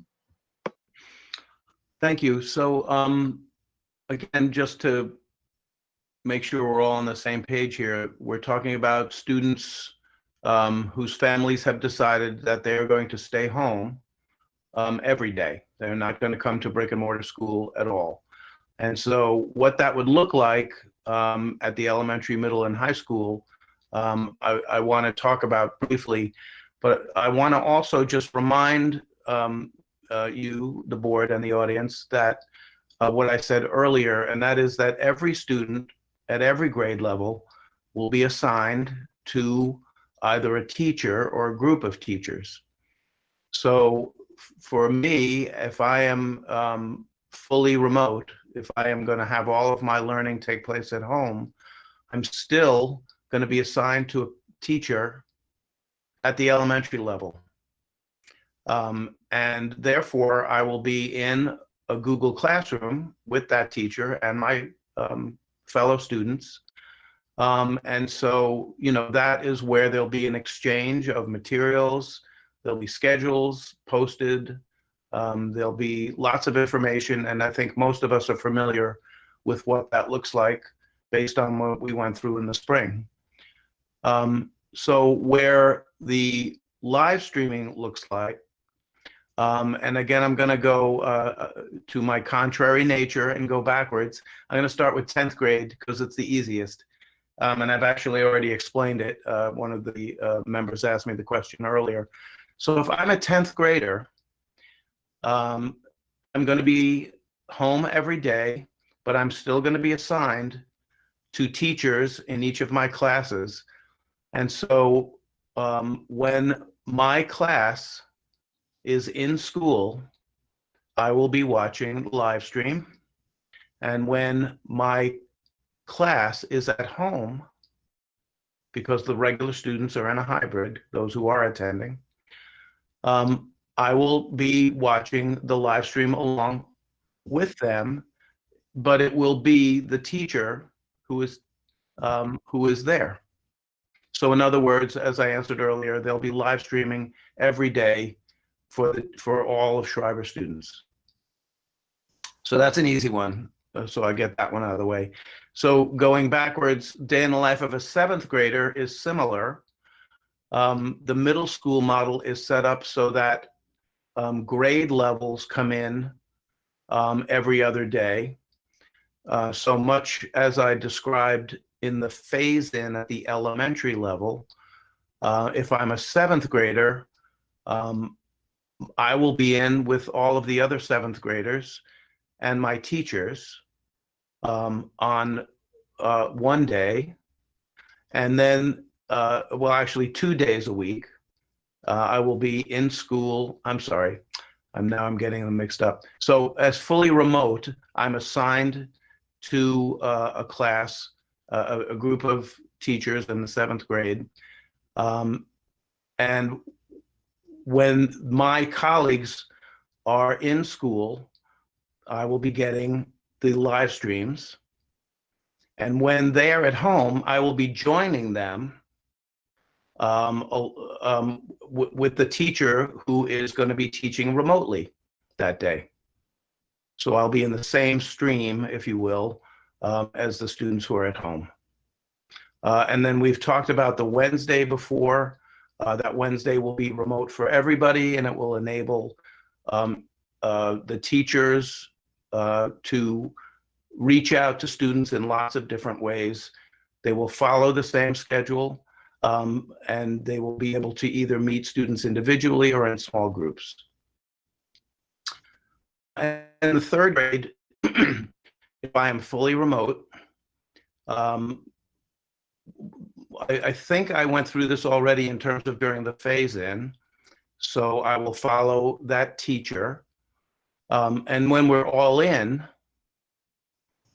I will be in the same class, but I will be getting the live stream every day from the classroom because the students will be in school every day.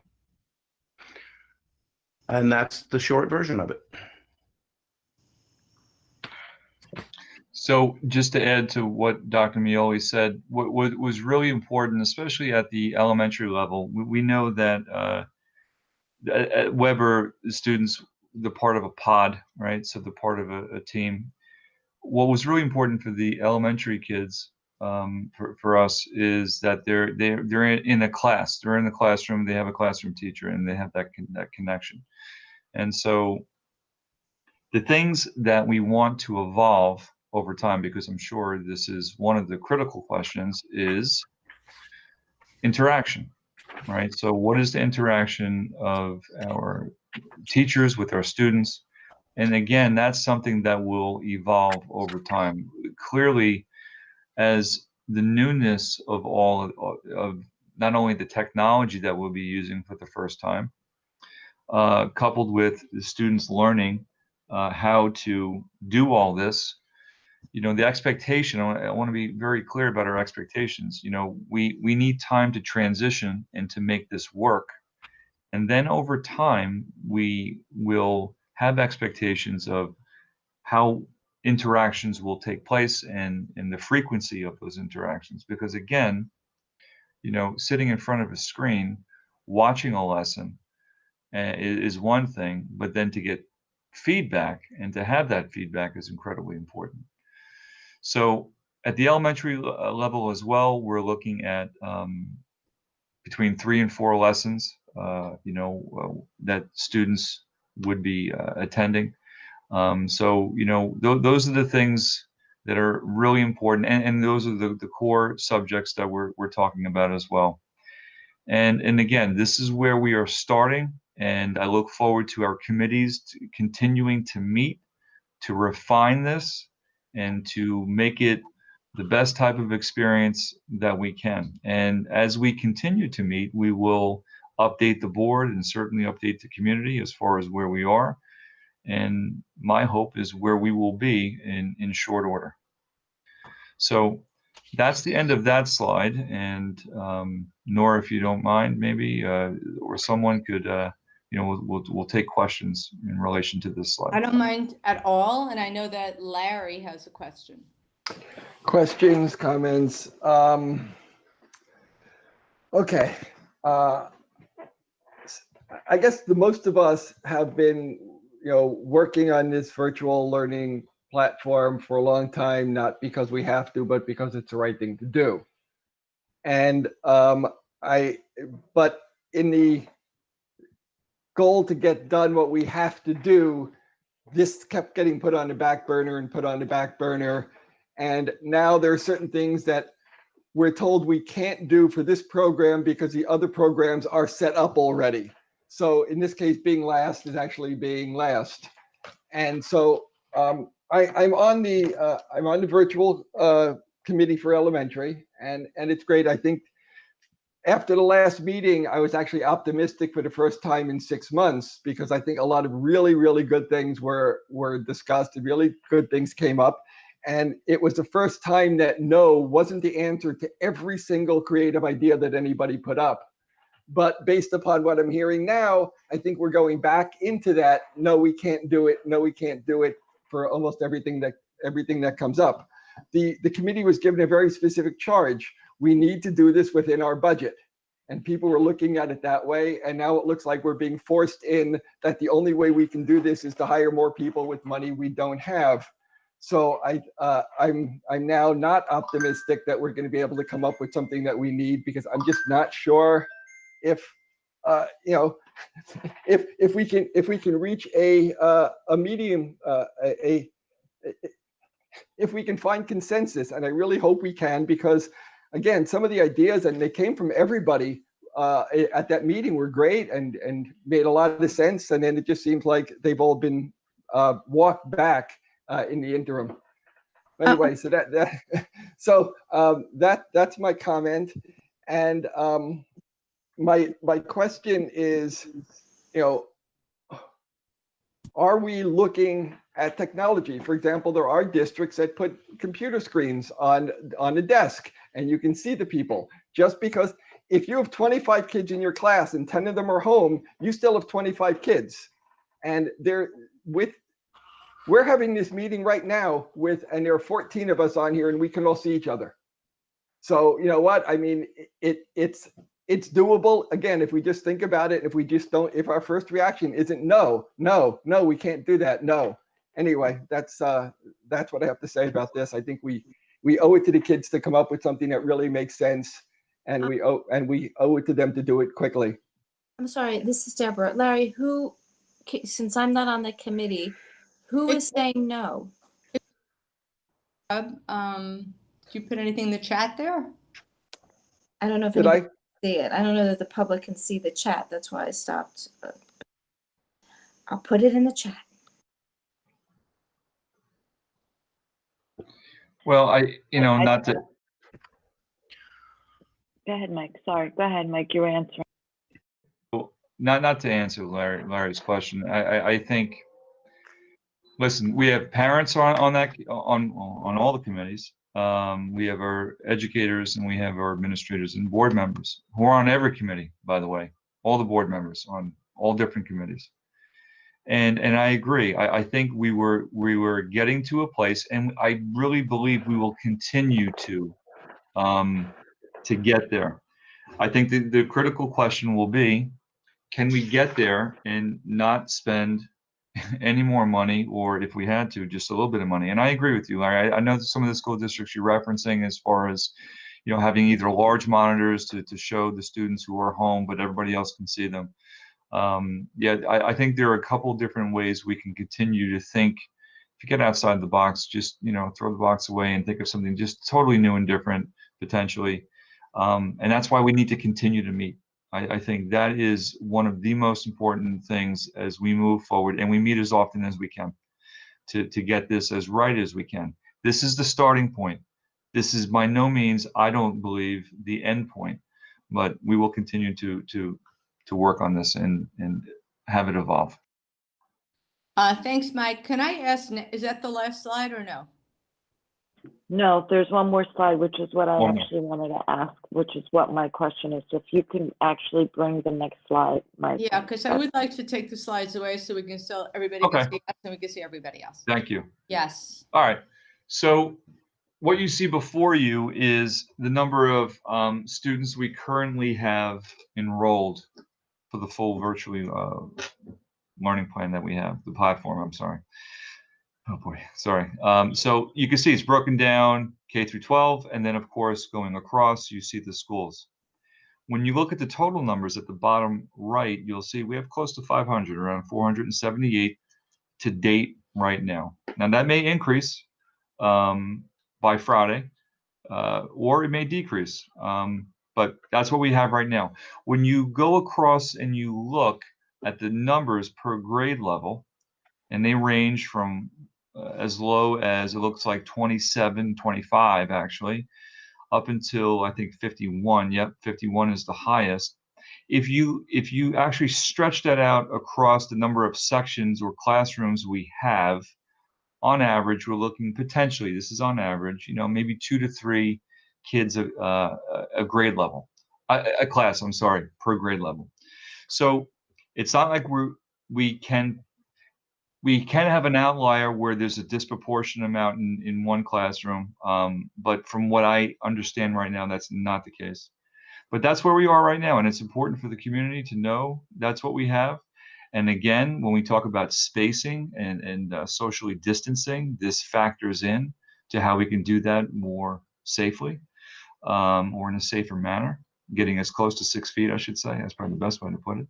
But in the end, that's what we currently have. And it's, again, important for you to see. I don't know if the board has questions about the actual number. do. I have a question. I do. That was the reason. So what I wanted to ask, and I was next, by the way, so I'm not changing the order, but what I wanted to ask is to actually point out the numbers. So as you said, this could potentially be 2 students per section, or 3 students per section, per grade, per school. And what we're talking about on the onset, as the committees continue to meet to look for creative ways to engage their students, what we're talking about at the onset is our teachers having to engage with potentially 2 students that would be home, 2, 3, maybe more students that would be home live streaming.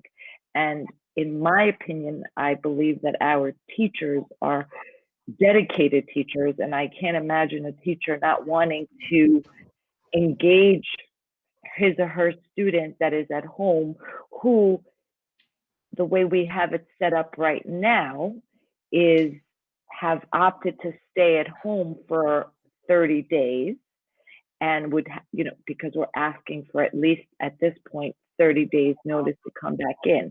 So when that student comes back into that teacher's class,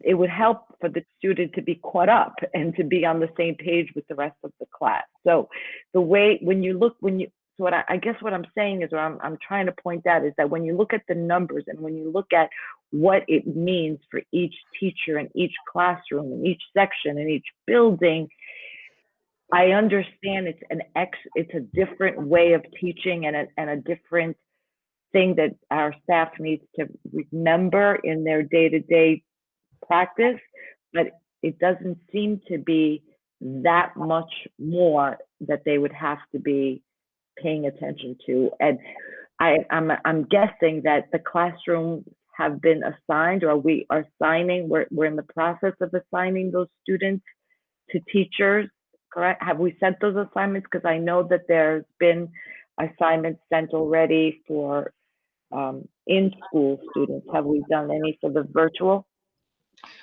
My understanding is that all students received classroom assignments because they're all assigned to a teacher, especially at the elementary level. So Okay, thank you. I have no- how many sections are at Guggenheim second grade? I'm jumping out of order, but does anybody have that information in front of them? I'm just wondering, because that's the one that seems to have the most, and I'm just wondering like how many sections that could be spread over, if anybody knows at this point. It's either 4 or 5. I'm not exactly sure. Okay, so I mean, it's hard to say, you know, one section could have 17, but most likely nobody would have more than, you know, 8 or 9, you know, I'm just saying. But I hear you, Emily. I didn't mean to interrupt.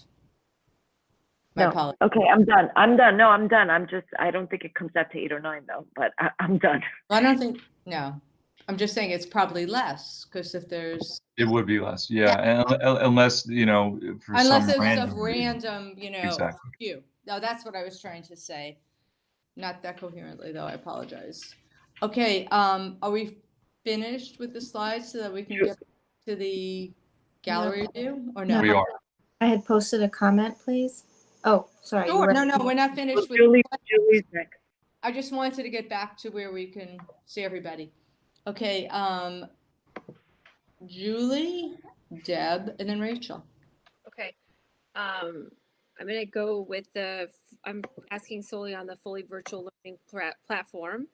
Dr. Hines, can you just in simple details explain the directive that was given as far as the level of engagement or interaction and the timeline specifically to all the committees as far as so that the parents understand what's being projected, I guess, and they understand what's going to happen? Just slowly and concisely one more time. Sure.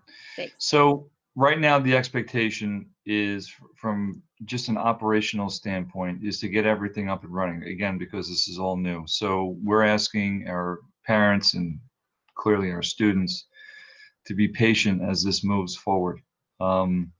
You know, there are concerns with live streaming, and understandably so, as far as, you know, I guess the two largest reasons are A, because from an operational standpoint will work.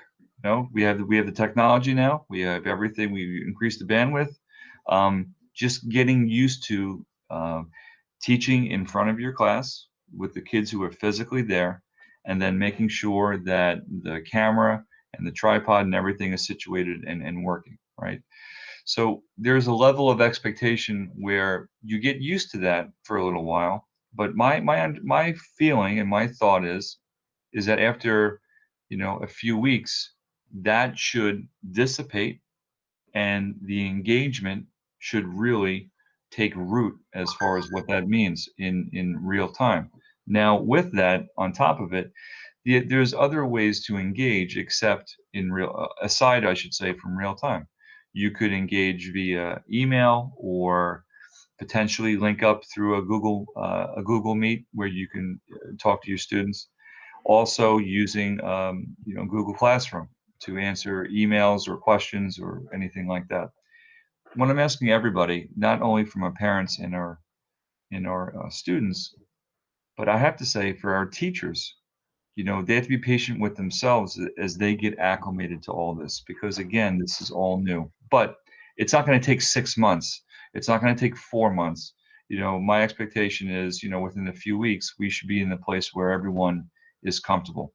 We need to, you know, make sure that we provide as much professional development as we can, and we need to really support our educators who may need some extra support in making this happen. And then in turn, myself and my great team we need to support our principals in making this work as well. So That's probably the shortest answer I can give you right now. That's good. That's good. So then my next follow-up question, all this is, I think we as a board and you as administrators knew that parents were waiting to hear kind of some of the specific details of this plan. So the grid that you just showed us with the numbers, albeit it's a starting point because the due date is tomorrow and people were waiting to hear.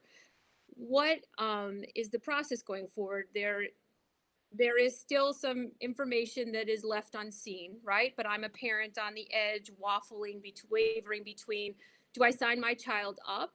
And if I do, what does that mean? Can I make a change in that first month as they're working out the kinks? What if I didn't sign them up, but then later I want to sign them up?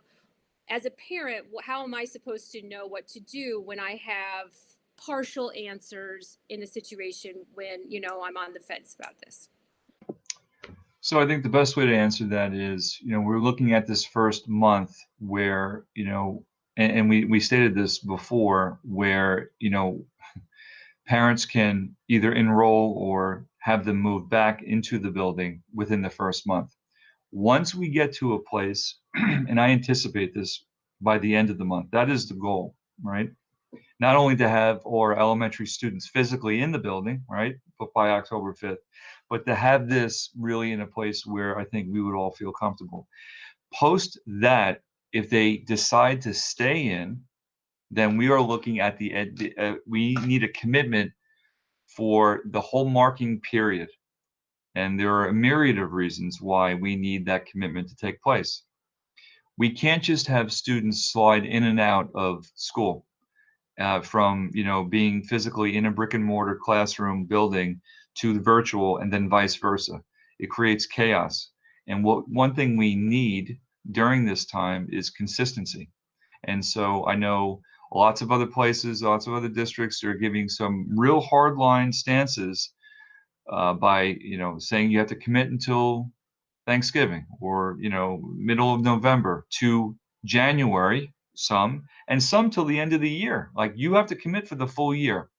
So I think we are trying to find the middle road and some balance between all of that.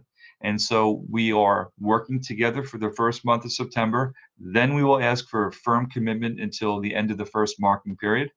And then we'll take it from there. Thank you. Thank you both. We have a couple of more questions. We have Deb. Thank you. I just want to clarify, Ms. Epstein, it may seem like tomorrow is Thursday already and therefore the next day is Friday, but the deadline for signing up is Friday. Is that correct? Friday the 4th? Thank you for clarifying. That is correct. I thought so. We just. Well, it's almost tomorrow, so if it were Right. tomorrow, then the I am day so after would be tomorrow. Right, Thank that's you why for I said, clarifying, because Thank we you. just had a little question about that. that's why I said it feels like it could be tomorrow, Thursday, but technically we're still Wednesday, so I just wanted, Well, there's we no have more confusion. 50 more minutes and I it'll be know we're all like, Thursday, what, but, where am I? What day is it? I understand. I guess I'm going to be the one to say it. Because of my involvement in different advocacy groups, I'm painfully aware of, I guess, a lot of the letters that are going out in various districts from the teachers unions, not only from Port Washington, but everywhere. And it's pretty much spearheaded by NYSUT, as opposed to NYSED, speaking out against live streaming and the pitfalls, which I understand is pedagogically different than having in-person learning. I get it. I just want to be clear. There's nothing coming from the district, from administration or the Board of Ed, that's saying to a teacher, hey, if you want to embrace the live streaming the way we've envisioned it and run with it, we're not going to stop you. Am I clear on that understanding, Dr. Hines? I just want to make sure I fully understand the question as far as that if there are teachers who want to do more, if they feel that they are ready to embrace the live streaming and engage the kids more than we're giving them the baby steps to do, you're not saying no. The board is not saying no. No, just the opposite. I mean, I would say anything we can do to support that, we will be there to make that happen. But again, being mindful of, we haven't been in the classroom in 6 months. We're operating under a new system. We want to be patient, but we also want to have very high expectations as we move forward. So anything we can do to promote that, I think it's a good thing. I understand. The other question I wanted to ask is, when we have the sections in the elementary school set up, within the month constraint of moving in and out, do you anticipate an ebb and a flow within the student body within each section? In other words, if we had a commitment for a half a year or a full year, we could predict with certainty how many kids would be in a section. Am I correct in my statement that we would be dealing with ebb and flow on a monthly basis, and sometimes a section could have 5 kids in it in the classroom? Yeah, Sometimes you'd have all in. Yep, that is very accurate, and we want to minimize that as much as we can. And that is, it is helpful for us to have that hard deadline. Thank you. Thank you. And I have an announcement to make. Rachel's question will be the last question on this panel for tonight at this meeting. Proceed. But don't worry, Rachel's question will probably be about 30 questions per usual. I'm not, like I knew that. I'm kidding, but it's more than one. I hope so. No. Okay, so the fully virtual, I imagine, the parents who are watching this may be a little bit troubled because the deadline is Friday and everybody was hoping to hear something more than you can watch your kid's class on closed caption TV, right? And I think we all know that live streaming is not the best option. It is not what we want to supply with the children. I think every administrator thinks this, every member of the board thinks this, every teacher thinks this. However, we are dealing with a lot of competing concerns, and fortunately, we have this month where we're coming in slowly. And so I just want to note for elementary parents that because we are coming in slowly in September, it doesn't actually look as badly in September as bad in September as you might at first think of it when you think of live streaming, because just like at Weber, you will have days where your child is part of a Google Meet. At elementary and at Weber, if you have a remote student, they're live streaming for a couple of days when their cohort is in a classroom, but they are taking part in a Google Meet the rest of the time. And that kind of interaction is the ideal that hopefully we're going to be reaching towards by the time this initial period of time comes to an end, I believe. Can you just outline for us a little bit? I know you've talked a lot about how you think it's going to evolve and that teachers will figure out a way to make contact. But from a district perspective, I heard you say we're going to make sure that teachers have the professional development they need. We're going to support them to make sure that they can build these connections with the students. Will the fully virtual committees continue meeting as well to try and figure out how to make these solutions more robust for the kids at home? Yeah, absolutely. I mean, we're very committed to doing that. And the parents and the teachers who are on all the committees, I will say specifically only because I've really mostly been part of the elementary one, they're very committed to getting this to be the best that it can. But we also have to be realistic as far as what are the options that are out there to make this the best that it can, right? There is either going to be a financial commitment to make this better. And if we're talking about, let's just say the monitors that we were talking about, right, in all the classrooms. I mean, clearly we know there's a price point attached to that. I'm not saying it's a bad idea. I mean, it definitely is much better than what we would have. Then there's the potential hiring of staff. What would that look like? Then there's the reallocation of staff, right, that we currently have. And that's what I was talking about before about robbing Peter to pay Paul. When you do that, you then, you collapse other programs that you have in place. And there are repercussions for that too. And these are all the things that we're workshopping. But there was another idea that I'm not going to make public right now that is interesting that we need to dialogue more about and to dig deeper into. I think it is certainly worth vetting to see if it's possible. And one of our educators brought that up. And so we need to explore that as well and to see what that looks like, to see if it's feasible. So there's more work to be done. We are at the starting point. It doesn't mean that's the finish line as far as where we'll be. And I apologize if you specifically mentioned this. I don't think I heard you talk about, in addition to the children who are opting into a virtual program, we may have kids who are excluded from school because of COVID scares, or because they're simply sick with some of the normal things that kids get sick with, and we unfortunately can't run the risk of assuming that anything is a cold in this period of time. Will those children have access to the live stream or whatever other form it takes for the fully virtual program in the time that they're excluded from school or homesick? I was talking again, muted. I was thinking about that, funny enough, the other day. So it's like, I said this before, I think to one of our principals, maybe it was district office staff, you solve one thing and 4 other things pop up, right?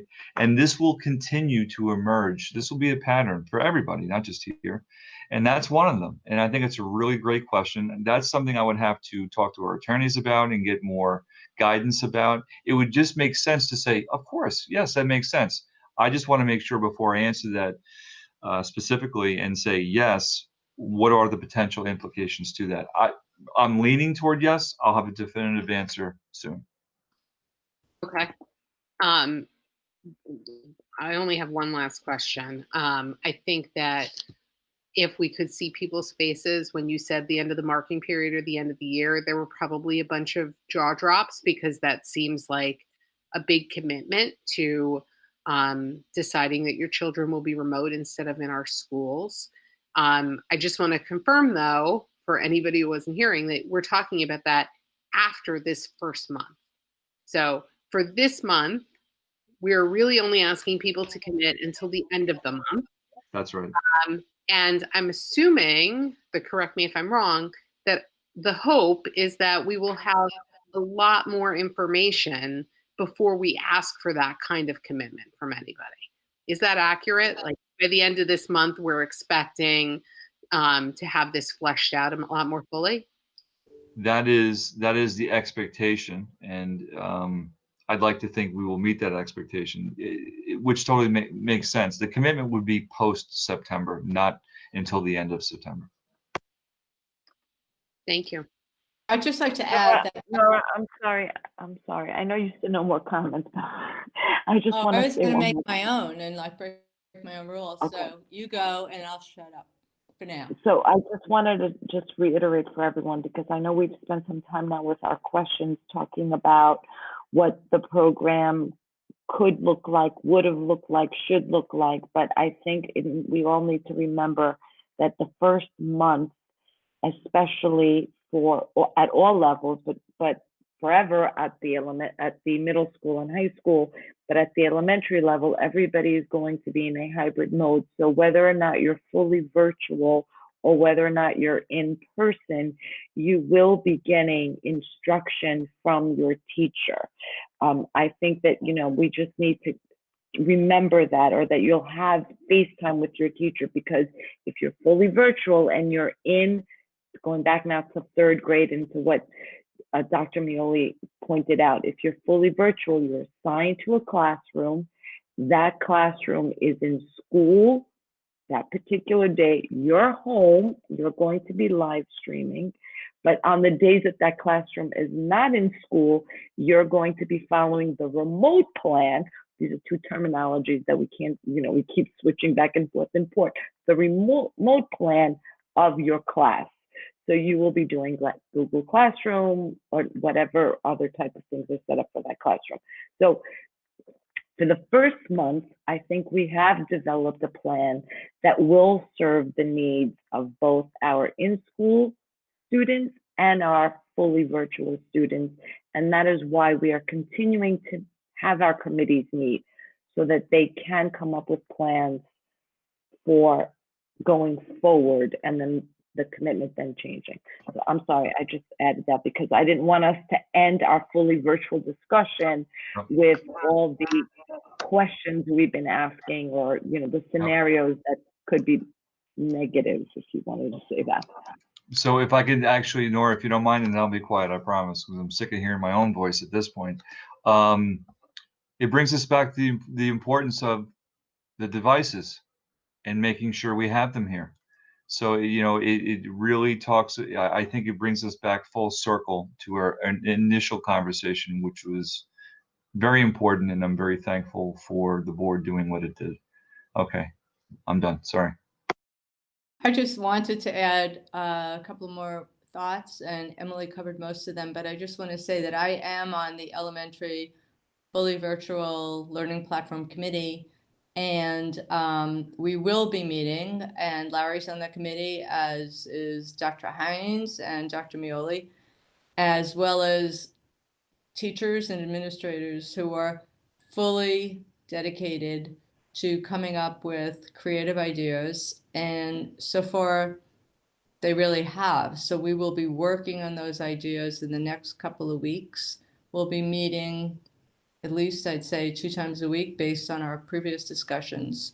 So we are focused on it and and will move forward at the way that Dr. Hines expressed.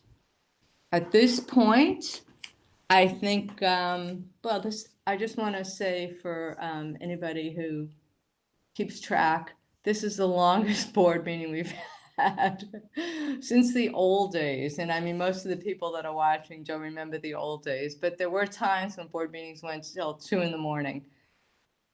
We're not there yet. Okay, is there? Mostly fighting among board members. Okay, well, we didn't quite get there yet, okay? Thankfully. For sure. Is there any old business? Good. Is there any new business? Can you just remind everyone about the forums tomorrow, please? There are forums tomorrow. No. Yes. There are 2 forums tomorrow. One is at 2 in the afternoon. The other one is at 7 p.m. Like I said in the opening, we're urging people to only participate in one so that your fellow parents, everybody has a chance for their family to be at least at one of them. And I assure you there will be more forums where we will be taking live questions. The links for the forums are on the portnet.org website, so please go there and get them, and join us tomorrow, because it's going to be straight questions and answers, live questions in the sense that they'll be put into the chat, and we'll have 2 of our board members will be reading them out or presenting them, and they will be answered by our administrators. So please join us for that. I think we're at the end. I think we're at the end of this agenda, and I'm going to adjourn. I just want to, in addition to the forums, and there will be more forums before the next board meeting, but just so you know, the next board meeting is September 22nd, and the one after that is October 13th. Anyway, thank you everybody who has participated tonight, and especially thank you to the community members who have participated, and please bring your comments to the forums tomorrow, because I'm sure you do have questions and comments. Good night, everybody, and wear your masks and stay safe and be well. Thank you. Thank you.